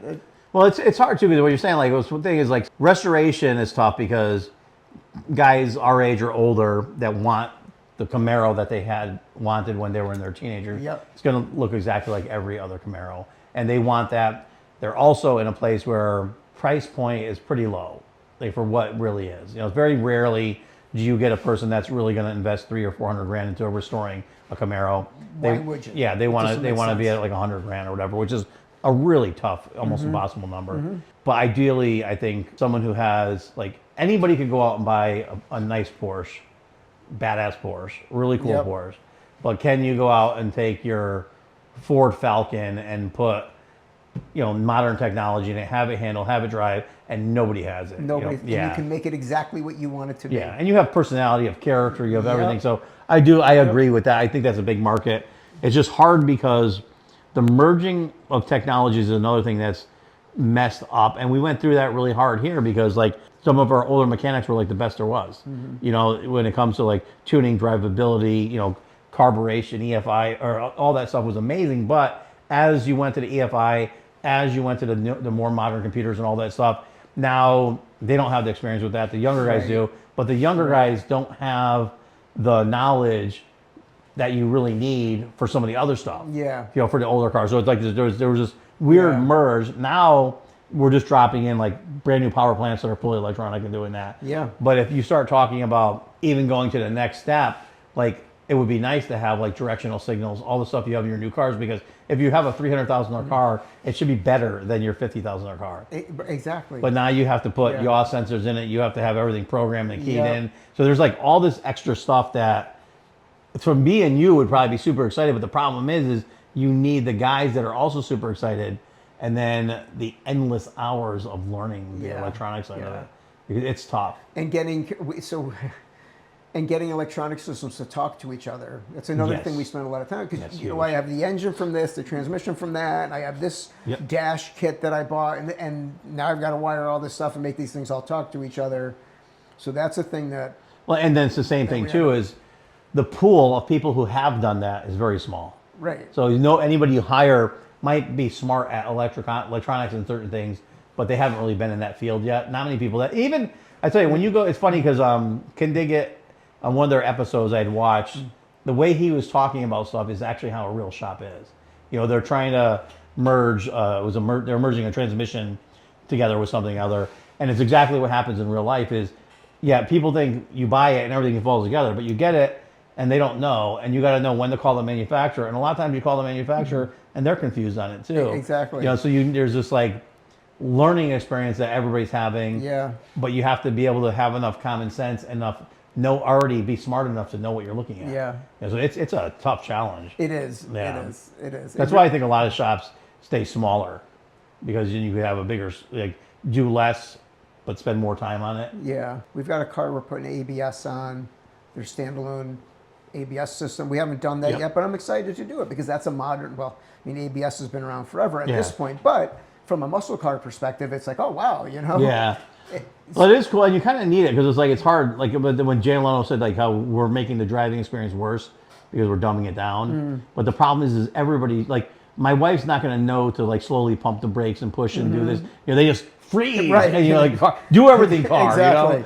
And so I think that's another thing too, because especially older people, you got older people driving older vehicles that are a lot heavier that stop slower. Yeah, true. So you need that stuff. Yeah. Yeah, the ABS is probably a good trick for those things. Oh, quick fire round. This is a fun one. Ford, Chevy, or Dodge? What do you prefer? Chevy. Chevy or Chevy man? Yeah. Always through and through. Have been always. I appreciate the other. I've never been really a Mopar person, although I'm starting to appreciate the Mopars for it. And I will say, when it comes to the newer cars, I'm more of a Challenger. If it were a new car, I would prefer a Challenger, then a Mustang, then a Camaro, which is kind of backwards to what I would have been, when I was a teenager. It's funny because I was never a Mopar person, but when I was a kid, I helped out this machine shop, and the guy had this really cool Duster, and so I was like, "You put a tranny?" Of course I can put a tranny in. Never did one before. I'll get it in there, But I just remember to this day, the Mopar has that tinny. Yep. I love that sound. Yep. Yeah, it's really cool. But there's very few Mopars that are cool looking. Most of them are so fucking ugly that they're cool. Yeah. My buddy's a Mopar nut, and I break his balls every time. Well, you said the Duster, which I haven't seen a Duster, and right away I think to a guy that had a Duster in high school, and I just picture it in the parking lot, and it's like just such a, it's like an a grandma's car. Yeah, right. yeah, it's so funny. What do you think? What about the new Corvettes? Fan or foe? I had one, I sold it on consignment. I would say fan, because it's the technology. I know a mid-engine Corvette, oh my God, it's like a water-cooled Porsche. Like, the world doesn't want that. But it's better technology. Yeah. It's been better technology for 1,000,000 years. Why not embrace it? Same thing, it still has the same Corvette problems. The interior is still kind of plasticky and, not exactly luxurious. And it's not a Ferrari, for sure. But from a performance perspective, I think they've gotten pretty close. Yeah, I like them. It's some Corvette enthusiasts are it got too far away from where they were and stuff like that. But then it's hard because Corvette in the 80s and 90s, they were awful. Yeah, my buddy has one. I just breaking his balls the other day because it's sitting on blocks in his house for the last 8. I'm just driving the thing. They're worth $3,000. Exactly. That's right. But that's why I think Factory 5 was so good, because they did that conversion where you could use the Corvette and the whole drivetrain and put their body, which was badass, like a little sports car on there. And I thought that was really cool because they're just not worth anything. My daughter, I'm like, "What's your favorite car?" When she was a kid, she's like, "I want a red Corvette." I'm like, "What year?" yeah, big block 70s, 60s, 50s. I love those. Yeah, it was just Although, you know what's funny? I say that, but I am an asshole because my father worked at a Chevy dealer when I was a kid, and it was a good point in my life where one of our customers has been a customer since I was he's been a friend of my father's, but he's been a customer since I started the business when I was 17, and now we're doing work for his kids, and he's always show him the pictures of my cars, because now that you have kids, you don't have cars. Yeah. So he used to come over, and my dad would always have the new vehicles, the 454 S trucks, the Corvettes, the Camaros, the Monte Carlos, all that stuff. And then Walt one day they had all the cars lined up in our front yard, and they're really not worth a lot of money now, but I want them all. Yeah, because it's what you knew when you were a kid. Yeah, that's why when Bill was here last night with the square body, I get it, because I'm I would like a Blazer, and I very rarely do you hear me say I wouldn't bastardize it because I love custom. I'm not a restoration guy. Yep, You know, I like yep. custom shit, but it's like same thing. I probably could have one just. Nah, I'd fucking fuck it up. Get it. You still would. Yeah, for 2 days. Yeah. Because you think you're like, oh, an LS go right in there. Yeah, You know, like exactly. you're something crazy. And Yep. do you have a dream vehicle? Yeah, but it's not any of the vehicles that Aston Martin. Me too. Really? That's yeah. Yeah. You know what? Everybody tells me I'm an asshole. Yeah. But it's like you don't look like a douchebag. They're great. The new one has the AMG motor. I think it has to have more horsepower because when you're in that motor in the Aston Martin is phenomenal. Although with a tune and an exhaust in a Mercedes, it's freaking incredible too. Yeah, they're awesome cars. They're just beautiful. Yeah. They're just absolutely beautiful. Yeah. I was just a quick aside. My wife is from the Philippines, and we go back, occasionally, and there's sort of a new city that they just like built this new city. And it caters to foreigners. A lot of overseas workers come over and work there and bring a lot of money into the city. And they've got a Ferrari dealership, Lamborghini, Aston Martin. And so we go to the Aston dealership, and I'm sitting in the car, and they don't know who I am. They just know I'm not. They know I'm American, and the guy like thinks I'm a serious buyer for this car. And I'm like, you don't really realize, no, I cannot. But absolutely beautiful car. It's funny because we had I do a lot of Aston Martins, but now the new ones I can't really do because they're running the coolant and the transmission through the firewall into the dash. So in order to remove the dash, to do like a leather dash wrap, you have to take it off, which means you have to bring it to the dealer, and then they go through and they set everything up, recalibrate everything. Oh, okay. So their part of it just to do that is like 10 to 15 grand. Okay. So to wrap a dash, I tell like the last one, we quoted the guy $19,000. Yeah. And most of it is materials and going to the dealer. And the dealer part. Yeah. So a lot of times now, like the older ones pre that we could do, but the newer ones you end up going to the dealer. They buy a new dash, they throw it in, simple. But what's funny is a lot of our customers come and they'll be frugal and go through because you could buy if you find them right, you could actually get a really nice one for a reasonable price. So did you see the one that the Ring Brothers did? No. Oh my God! Everybody's doing like LS Camaros, this, and this, and they went and they took an old Aston Martin and made it like a pro touring resto mod. Wow. Badass. That's really that cool. was the best choice, I Yeah. think, hands down, because it's just different and it's cool. Love to do. I would love so much. There's so many cool cars like that could be built that obviously I can't afford to do my own, but I would love a customer, someone that really wants to do something really off the wall. Get them to do a Jensen Interceptor. Oh God. You remember those? Do you see those? So the Jensen Interceptor was a British car, but they used a Chrysler motor. They used like a Hemi, I think it was in it. And it was funny. I had a guy bring one in. He wanted like work done on it. And I'm like, man, somebody bastardized. Like I popped the hood and look. I'm like, holy cow, this is bad. Whoever did this is bad. It was all original. That's how it came. It's like 3/4 square box tube welded with snotty welds. Oh God. They like whoever put that motor. I'm like, there's no way. And then he brought all the books and you're looking at the That's book. what it is. Yeah. But I just feel you can't get part. I feel it's kind of on the same thing where like they did with that car. It would probably be a badass car. Yeah. I mean, it's such a weird looking car that it probably could pull that off. Yeah. Well, man, it would cost a lot of money. I had the new one of the newer ones here last week, and it's the same thing. It's like it's funny because it's a beautiful car and very expensive car. The guy just doesn't want to spend money on the dash. I go, your dash is peeling up. He's like, well, can you just glue it down? He goes, maybe if I get this like vinyl compound, you could just spread it across there. I'm like, no, I'm not going to do that. I would kill for that car, right? And I'm not going to bastardize it. Exactly. Go somewhere else. But then actually, one of my friends or one of our dealers, he was about to buy, it was a 20. Oh no, and that was a convertible top. He wanted to do the convertible top on it, and it's the same thing. It's like $22,000 to do a convertible top on it. We had a Bentley come in 2 weeks ago, and the guy wanted to put his convertible was bad, so he went to the Bentley dealer to put the convertible on it. And now this is an older one, like 4 or 5 years old, so he got it for 50 grand. Guess what they wanted to put the convertible top on at Bentley? To replace the top? Yeah, replace it. Yeah. I can't even imagine. $50,000. So I was like, holy cow. It's because it's that way sort of in the. It's just weird thing in the luxury world, if you will, not just cars, where all of a sudden the price doesn't matter anymore. You could just make it up. It's just make up a number, like a Rolex, right? Yeah, It's a freaking watch. It does.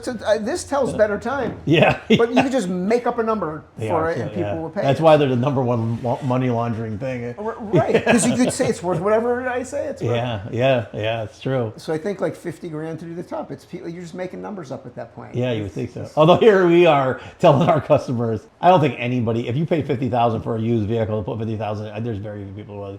And it's funny because the car was a beautiful car. We actually had one in last year, or the year before.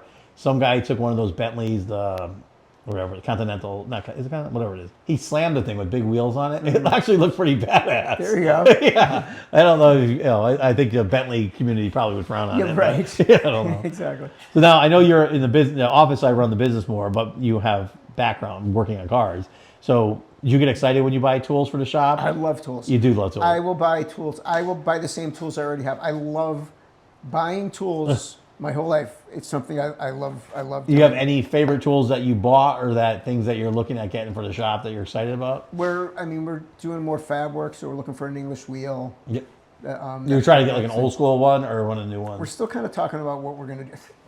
Thing is, I don't have. I wish I had the money to buy something really, really nice right now. I just don't know what I can afford.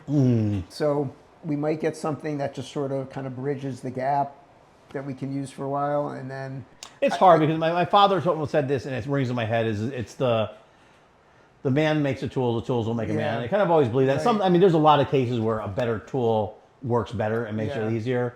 But I had a guy come in. Who the hell was he? He came in here, and he used our shop to. I was embarrassed. He wanted to teach a couple people some metalworking stuff. He's phenomenal. And I have like the Harbor Freight shrinker stretchers and shit like that. Yep. You know, and I've been using them wrong forever. Like I don't like to watch other people do stuff. I like to do it myself. You know. And like, if you ever saw me on the shrinker stretcher, I'm just like I'm fast and stuff like that, and he's just all slow, clicking. I go, oh, you can do it like that. But he showed, and he did it with all these shitty tools. And I got the cheap English wheel. Actually, I like our bead roller. I actually ruined. I got the cheap one because I was doing a AMX firewall, and we did the whole car out of like 16 gauge steel. So I made the bead roller. I had to cut it and extend it to actually bead roll around it and make it. Yeah. So it looks like a Frankenstein bead roller out there and stuff. Are you planning on like trying to do more new technology stuff too? Yeah. Like 3D printing and all that type of Yeah. stuff. One of my guys has a 3D printer at home, and he's done a few like little prototype things for us. And so definitely I want to do that. It seems like everything's going CNC computer. Yeah. It's a requirement. I think. You know what's funny? Even for the chassis, I'm sure there's better models and stuff like that for scanning them. So it's not that much money. Yeah, I know. The scanner's like a couple grand, you know. I know. But then every time I look at it, I go, oh, it's only a couple grand. But then you're like, but then you got to have someone devoted to do it. You have enough work that you need to do it all the time. See, that's the thing, the critical mass of work to do. Yeah. So right now we don't have that. So, my guy will just go home and he'll play with something at home and he'll print it and it brings it in. But I can definitely see at some point investing in something a little bit more industrial for the shop. Yeah, that's a big thing. There's so many things I wanted for 20 years. I always joke around because I'm obsessed with tools, but I ran the business and did everything by myself with like limited resources for a long time. Like we used to joke around that one of the guys I know who's phenomenal, built some world famous cars. We used to joke around because he's like, we did everything with a die grinder, And I remember we started hiring people and they're like, I need grinding gloves, I need TIG welder gloves, I need MIG gloves, I need this. I go, I didn't even use any gloves. Like I just hope I didn't get shocked with a TIG welder, So but you're buy all this stuff for your employees that you always wanted but never had, and then they just destroy it. It makes me sick. Well, that part, because I like to keep my tools clean and organized and in good order. They're expensive. As soon as you get it for the shop, though, things get destroyed. I hate it. There was this one tool, which are cheap now. Like 20 years ago, it was probably like $500, and I'm like, I'm not going to spend that on this, And it's just a little, what is it, like the little belt sanders, extended belt sanders or whatever. Oh yeah, I know what you're talking about. Yeah. It like has the thing way out, you hold it. Yeah, and they're cool, and I've always wanted one, and like you could do them for foam work, for like upholstery stuff like that, and then people use them for body work and metal work too and stuff like that, but I wanted one for upholstery forever. And then also next thing you know, you have a big shop, all these employees, I got 10 of them. if I walk there and show you the condition of these things, I went to go use one the other day. Yeah. They're all worn because they would, instead of using a spot weld tool to drill out spot welds, they would just take those things and go and sand them out. Every one of them's ruined. Yeah. I'm like, you pieces of shit. Yep. Like, I hate that. Yep. That's what my wife says. She goes, how is it not having employees now? She'll tease me. Are you able to find your stuff now? Because a lot of the joke, like Lewis and I had a joke where I'd get really mad because I couldn't find something. They would always be where I put it. Yeah. But now by myself, I put something back, it's there. Yep. It's clean. Yep. And then when I leave, I clean it so it's cleaner the next time. Yep. Oh, it's so exciting because now every time I buy a new tool, I don't have to worry about it getting destroyed. Yeah. Oh, it's just crazy. I bought one of the plastic welders. And it's like a kit from Dent Fix or whatever. I showed I kept it out here just to show people. I go, this is 3 months old, covered in Bondo. Like if I stuck my hand in the Bondo catalyst and started grabbing to it, like I'm like, how did this just happen? It's just sickening. Yep. Ugh. Do you have a most overrated tool that you spent money on that just doesn't work? Well, probably half the tools we use don't. I know, right. Everything in the mechanical thing. I know. I have to think for myself because I'm unfortunately not as hands-on as I was, so I can't think of anything off the top of my head. I'd have to think about that a little bit. Yeah, we had such odd. You know what's funny? We have one. Dan brought in. He had to have this thing. It was an air fuel ratio meter. Okay. You know, and you hooked it up. You know, taped it on the side of the car. Yeah. And he was the only one that used it. We finally got it. He retired. No one uses it anymore? That people look. Actually, Lewis used it one time. I will tell you, we use it. You do use it? Oh yeah, when we set up engines, it's fantastic. Okay. I mean, you could see air fuel ratio through the whole range, and we've got a dyno. We've done some dyno tuning. Oh, nice. On newer cars. So you have an in-house dyno up there. Yeah, do. You do dyno? If someone says, "Hey, can you dyno my car?" Do that, or you only do it on the stuff you're building? No, we've done customer ones as well. Okay. But yeah, the problem. I mean, I've been learning how to do it on the newer cars. I've been so busy that I haven't been able to really get to it. So it's sort of like a line of the business that I want to get going at some point, but we're just sort of have a toe in it right now. But we do have customers, and because we've done a lot of EFI conversions, so we use it for that, and even just tuning carbureted cars too. Yeah. Just regular cars. It's so hard because you'll never find anybody to do it. I did a podcast with Derek Burton he's in Wallingford, Bootleg Burton they call him. And it was funny because we were talking about how we had a blown injected Hemi that was all messed up. And Dan knows everything about a motor, but he's not computer savvy. So I was doing the computer stuff, right? And I have no fucking business tuning a car. No business tuning a car. And so I remember we had 40 hours into this thing and it was running really good. Like we got it dialed in and I was like, looked at the grid, I'm like, this thing is perfect. All the points line up. Yep. I'm like, this is fucking, I'm the king, I learned this in a week, and then all of a sudden hit something and it turns around and the whole thing's like 3-dimensional and it was only a fraction of it.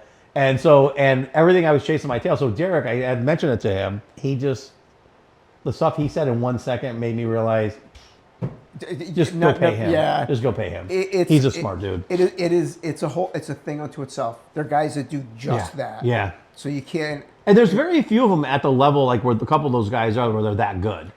Because there's a lot of guys that bullshit. And talking to people, like when he talked, it was funny because he was saying like the evap sensor, because one of the problems that were happening is that by the time something would register, it would try to correct it, it would overcorrect. He knew instantly. Yeah. And then he's like, you know what we do? He goes, I just shut everything down and get it running and then add one thing. Like, I'm like, oh, that's fucking genius. And Right. So now that I know that, exactly. It's like crazy.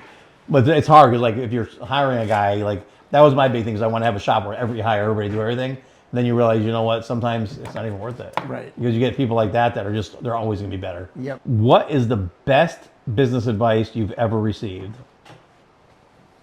And you've been in the business world for a long time. So in the general business world, the best advice I ever received was be someone who others want to see be successful. That's actually really good too. Yeah. I always remembered that. So yours went right to positive. Mine goes right to the negative shit. That's good though. And then in this business now, it's really tough to be that person. The best advice was you don't want to be perceived as the low cost option. Yeah. It's so true. So don't try to be. No, don't. It's funny because I don't know why I did what I did over the last few years, because I worked really hard my whole life to make sure that we did really high-end work. And it was nice to people who drop stuff off and know that no matter if you touched it, it was perfect. And I remember the turning point when I had one of our customers say that. He goes, you have done so many vehicles for me. It's the first time. And he goes, I'm embarrassed to even say this, but I think I'm going to pull my vehicle out of here based off the guys I see that are working here. And I was just like, it was devastating, devastating. Yeah, That would kill me. Yeah, it killed me. That was like I'm attorney. That's what I'm like. Get rid of everybody. Yeah. It's just not worth it because it ruins your reputation over, something you have no control. You really don't have. Yeah. Well, actually, you do have control over it. You do it yourself, I guess. Right. Yeah, which is no fun. Yep. You want my best business advice was? Yeah, I'd love to. From the second you think it, you're 2 months too late. From the second you think that you're 2 months away. Yeah. And so I do that with my wife. Yeah. Every time she'll say, start making excuses for an employee. Yep. Well, they show up most of the time on time. And I'm like, I'm not sure if they're stealing.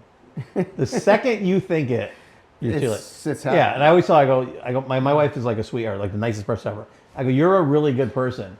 You never think negatively of someone. Yeah. If you think someone's stealing, that's not a normal thought that goes in your head. Yeah. It's probably happening. Yeah. That was probably one of the best. But the other one was one you said earlier too. And my dad had said that. He goes, if you do cheap work, people think you're cheap and they think you're screwing them. Yeah. If you do nice work and you charge for it, people appreciate that and understand that. Yeah.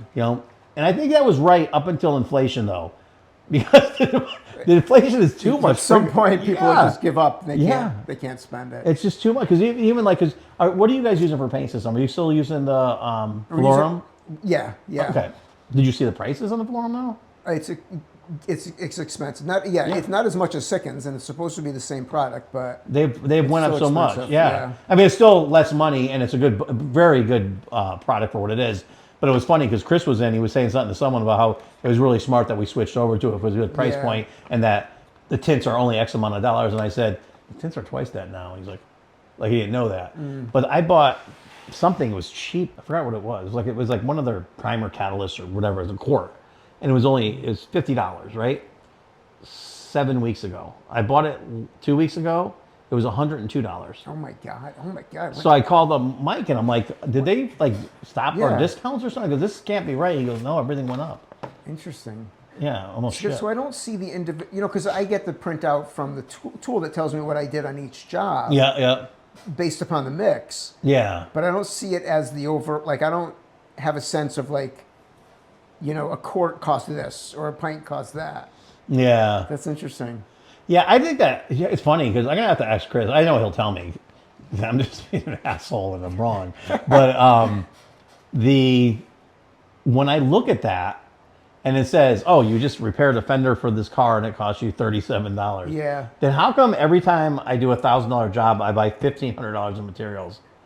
Yeah, you're right. The math ain't working. Yeah, I know, right? I'm like, what? Because that's what one of the guys, I think Lewis had said, someone had said that. They were like, when is it all of a sudden you have all your tints and they're full, and then you do 4 cars without having to buy anything? Yeah, right. It doesn't happen. No, it doesn't. No, but I still will tell you though, out of all the paint systems for the price, the Valorum is probably the top line. I think so. Yeah, I do. It's hard because don't tell Chris I said this, because I love. I used to love PVG and I love Glazerite and Dyma. We did it for years and it's a great product and there's nothing that goes wrong. We never had a problem with it.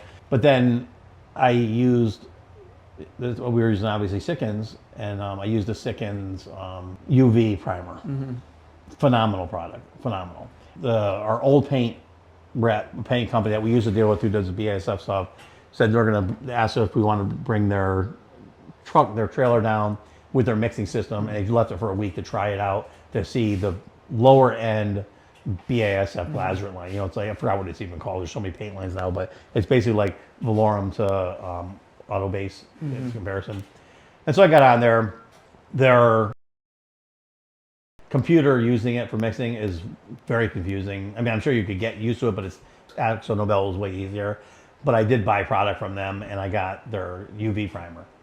and I love Glazeret, and I hate even saying that Sikkens is better. The way it works, Really? everything Yeah. it's noticeably better. It Yep. stands better. Like there's more procedures in using the UV stuff for Glazeret than there was for that there. Actually, I tell you what, their 460 clear from Glazeret is the best clear coat ever made. Better than the PPG. Yeah, there was not. So it's actually what's funny is I bought it because everybody's saying that all the body shops are using the Glazeret 460 clear. So then I went to them to buy something. They had it there, and I said, let me try it. And it does suck. The price sucks, because the clear coat itself is not much more than what we're paying for Valorum. Yep. But their catalyst is like $500 or $600 a gallon. Oh, yeah. So you start at and it is nice because their catalyst goes through all their different paint or whatever. But it's still expensive, and so it adds it up. So when you're doing used car fenders, it's just prices itself out. You're not going to do it. Yeah, you're not. So I went and we had a Dodge truck that we're painting, and it was an overall. So I painted the whole fucking truck with it, cleared it, and I'm like, "Son's mint." I mean, it's a really nice clear coat. And then also one of the guys goes, he goes, "I tried to unmask that truck," and he goes, "It's perfectly dry." I go, "What do you mean it's perfectly dry?" "It's a speed clear." And so in 2 hours you could like sand and buff it, and you did an overall. Wow. So I'm like, that was pretty impressive. And that would be cool. Yeah, it's a phenomenal product, a really good product. Any worse business advice you ever received? Probably. I've probably received a lot of bad business advice. Here, take that project in. That'll be a good one for you. Yeah. So guess what? Guess who made this list? You? ChatGPT. No shit. Really? Yeah. Oh man. Yeah. I actually did this thing, and I had to stop because I don't know, probably like 2 months ago, I realized how much smarter ChatGPT is than I am. Yep. And I always make the wrong decision. I try to make every decision based on what I feel is the right thing to do, even if it punishes me. Yep. So I started using ChatGPT. I told my wife, I said, I'm just gonna every question I'm gonna ask ChatGPT, and let it do it. And then I realized it's an idiot and it doesn't know shit. It only puts everything in the perspective of like if it could be a perfect world. Like if I said, how can Mark have the best restoration shop ever? And it would be just like, oh, get lots of customers, hire lots of employees. Oh, damn, why didn't I think of that? Oh, wait, hold on, customers? Yeah. And then you go, what if there's a employee shortage? Well, then you have to try harder. What if the employee shortage is so bad? And you're like, holy cow. Everybody, I know we kind of went on a long time. Mark, Z2 Motorsports in Britain, Connecticut. You have to go there. Anybody who's looking for a job, great place to work for. Who would not want to work for an honest, nice guy that just wants the best for everybody? Absolutely. Cool. I appreciate you coming on so much. I'm very excited. No, thanks for doing this. Thanks for inviting me. It's been a pleasure. Cool. I'll shut this down. I'll get whatchamacallit's number. Zip. Anything you like, baby, I'll be down for where you are tonight. Got me going psycho, walking through my mind, looking like an icon, everything I like. Promise you that I'ma take it. And then you have the average Joe people who have worked their whole life and say, okay, I can spend $70,000 on a car, and then you tell them, let's try $300,000. Yeah. And then they're like, now they're just like mortified because they waited. Now they're in their 60s and 70s and they can't afford it. And they don't have the money to do it. Yeah. I've had that happen a number of times. People, they have a budget and this is what I've said. Yeah. And when you get into the project, you don't always know what it's going to be. Yeah. It might look like that. It might look like a $50,000 job to start, but halfway in it, you're already burned 40, and now you're like, well, and so I feel like I just don't have the money. Yeah. I don't have any more money. For me, I mean, I am so super sensitive to the reputation. Yeah. I bend over backwards for that, and I punish yourself. I punish myself. Yeah. I end up, if there's anything that's going to compromise, it's me. And because I fear. I have that fear of the word starts to spread. Oh, these guys don't go to Z2. Those guys are crap. Yeah. It happened to me. It just destroys you. It totally destroys. And you're like going, literally, like if people knew that I would come in here and work 7 days a week, I'd come at 4 in the morning and work till 2 o'clock in the morning to fix everybody's mistake to try to keep your reputation up. Why is it that we have to work our balls off and then wait for our money, get yelled at for our money, wheel and deal for our money? I know. I talk to my wife about it. Like jealous of these businesses that actually get paid for what they do. Yeah. I go to a restaurant like, oh, they're actually getting paid. I got my meal, I ate it, I paid them. I didn't complain. I didn't. Yeah. I didn't stop halfway through the meal. You So don't I'm do the not paying problem. anymore. Yeah, Right. yeah. You know, so I don't understand. Like, and there's such a perception that everything happens instantly. Yeah. When almost every job. Because of we TV. do- I can tell you, Right. honest to God, the second the TV shows came out, the business changed. Yeah. And it ruined it. It just destroyed it. Everybody thinks it's overnight, and you could tell, and you could sit there and tell. Like one of the reasons I started doing all those stupid videos, like the how-to videos, so people could see what's really involved in this and kind of understand. Because a lot of the videos you see, they start here and they finish. They don't show you the shit in the middle. Right, which shit, is And actually, Dan Miller, who worked here when he retired, that was it. But he was literally like, he would yell at me. Like a customer would come in, he'd hear me, and I say, "Oh yeah, we'll knock that out for you." He goes, "Stop." He goes, "You're not knocking anything out." He goes, he goes, "Even though you've done it for a long time and you know it's quick for you, people have to understand that this takes time." And he really coached me on that. And you have to do that. I used to drive me crazy because I like to get things done. Right. But everything's more dramatic. This one guy, like I go home and I want to smash my TV. Like I watched the Fat Fender Garage. I don't know if you ever seen him. No. Don't watching all those shows. Yeah, it'll make you depressed. It's not even a show. It's a real. So this guy liked Ford trucks, so he would go and buy a truck and put some shit together and sell it. Right.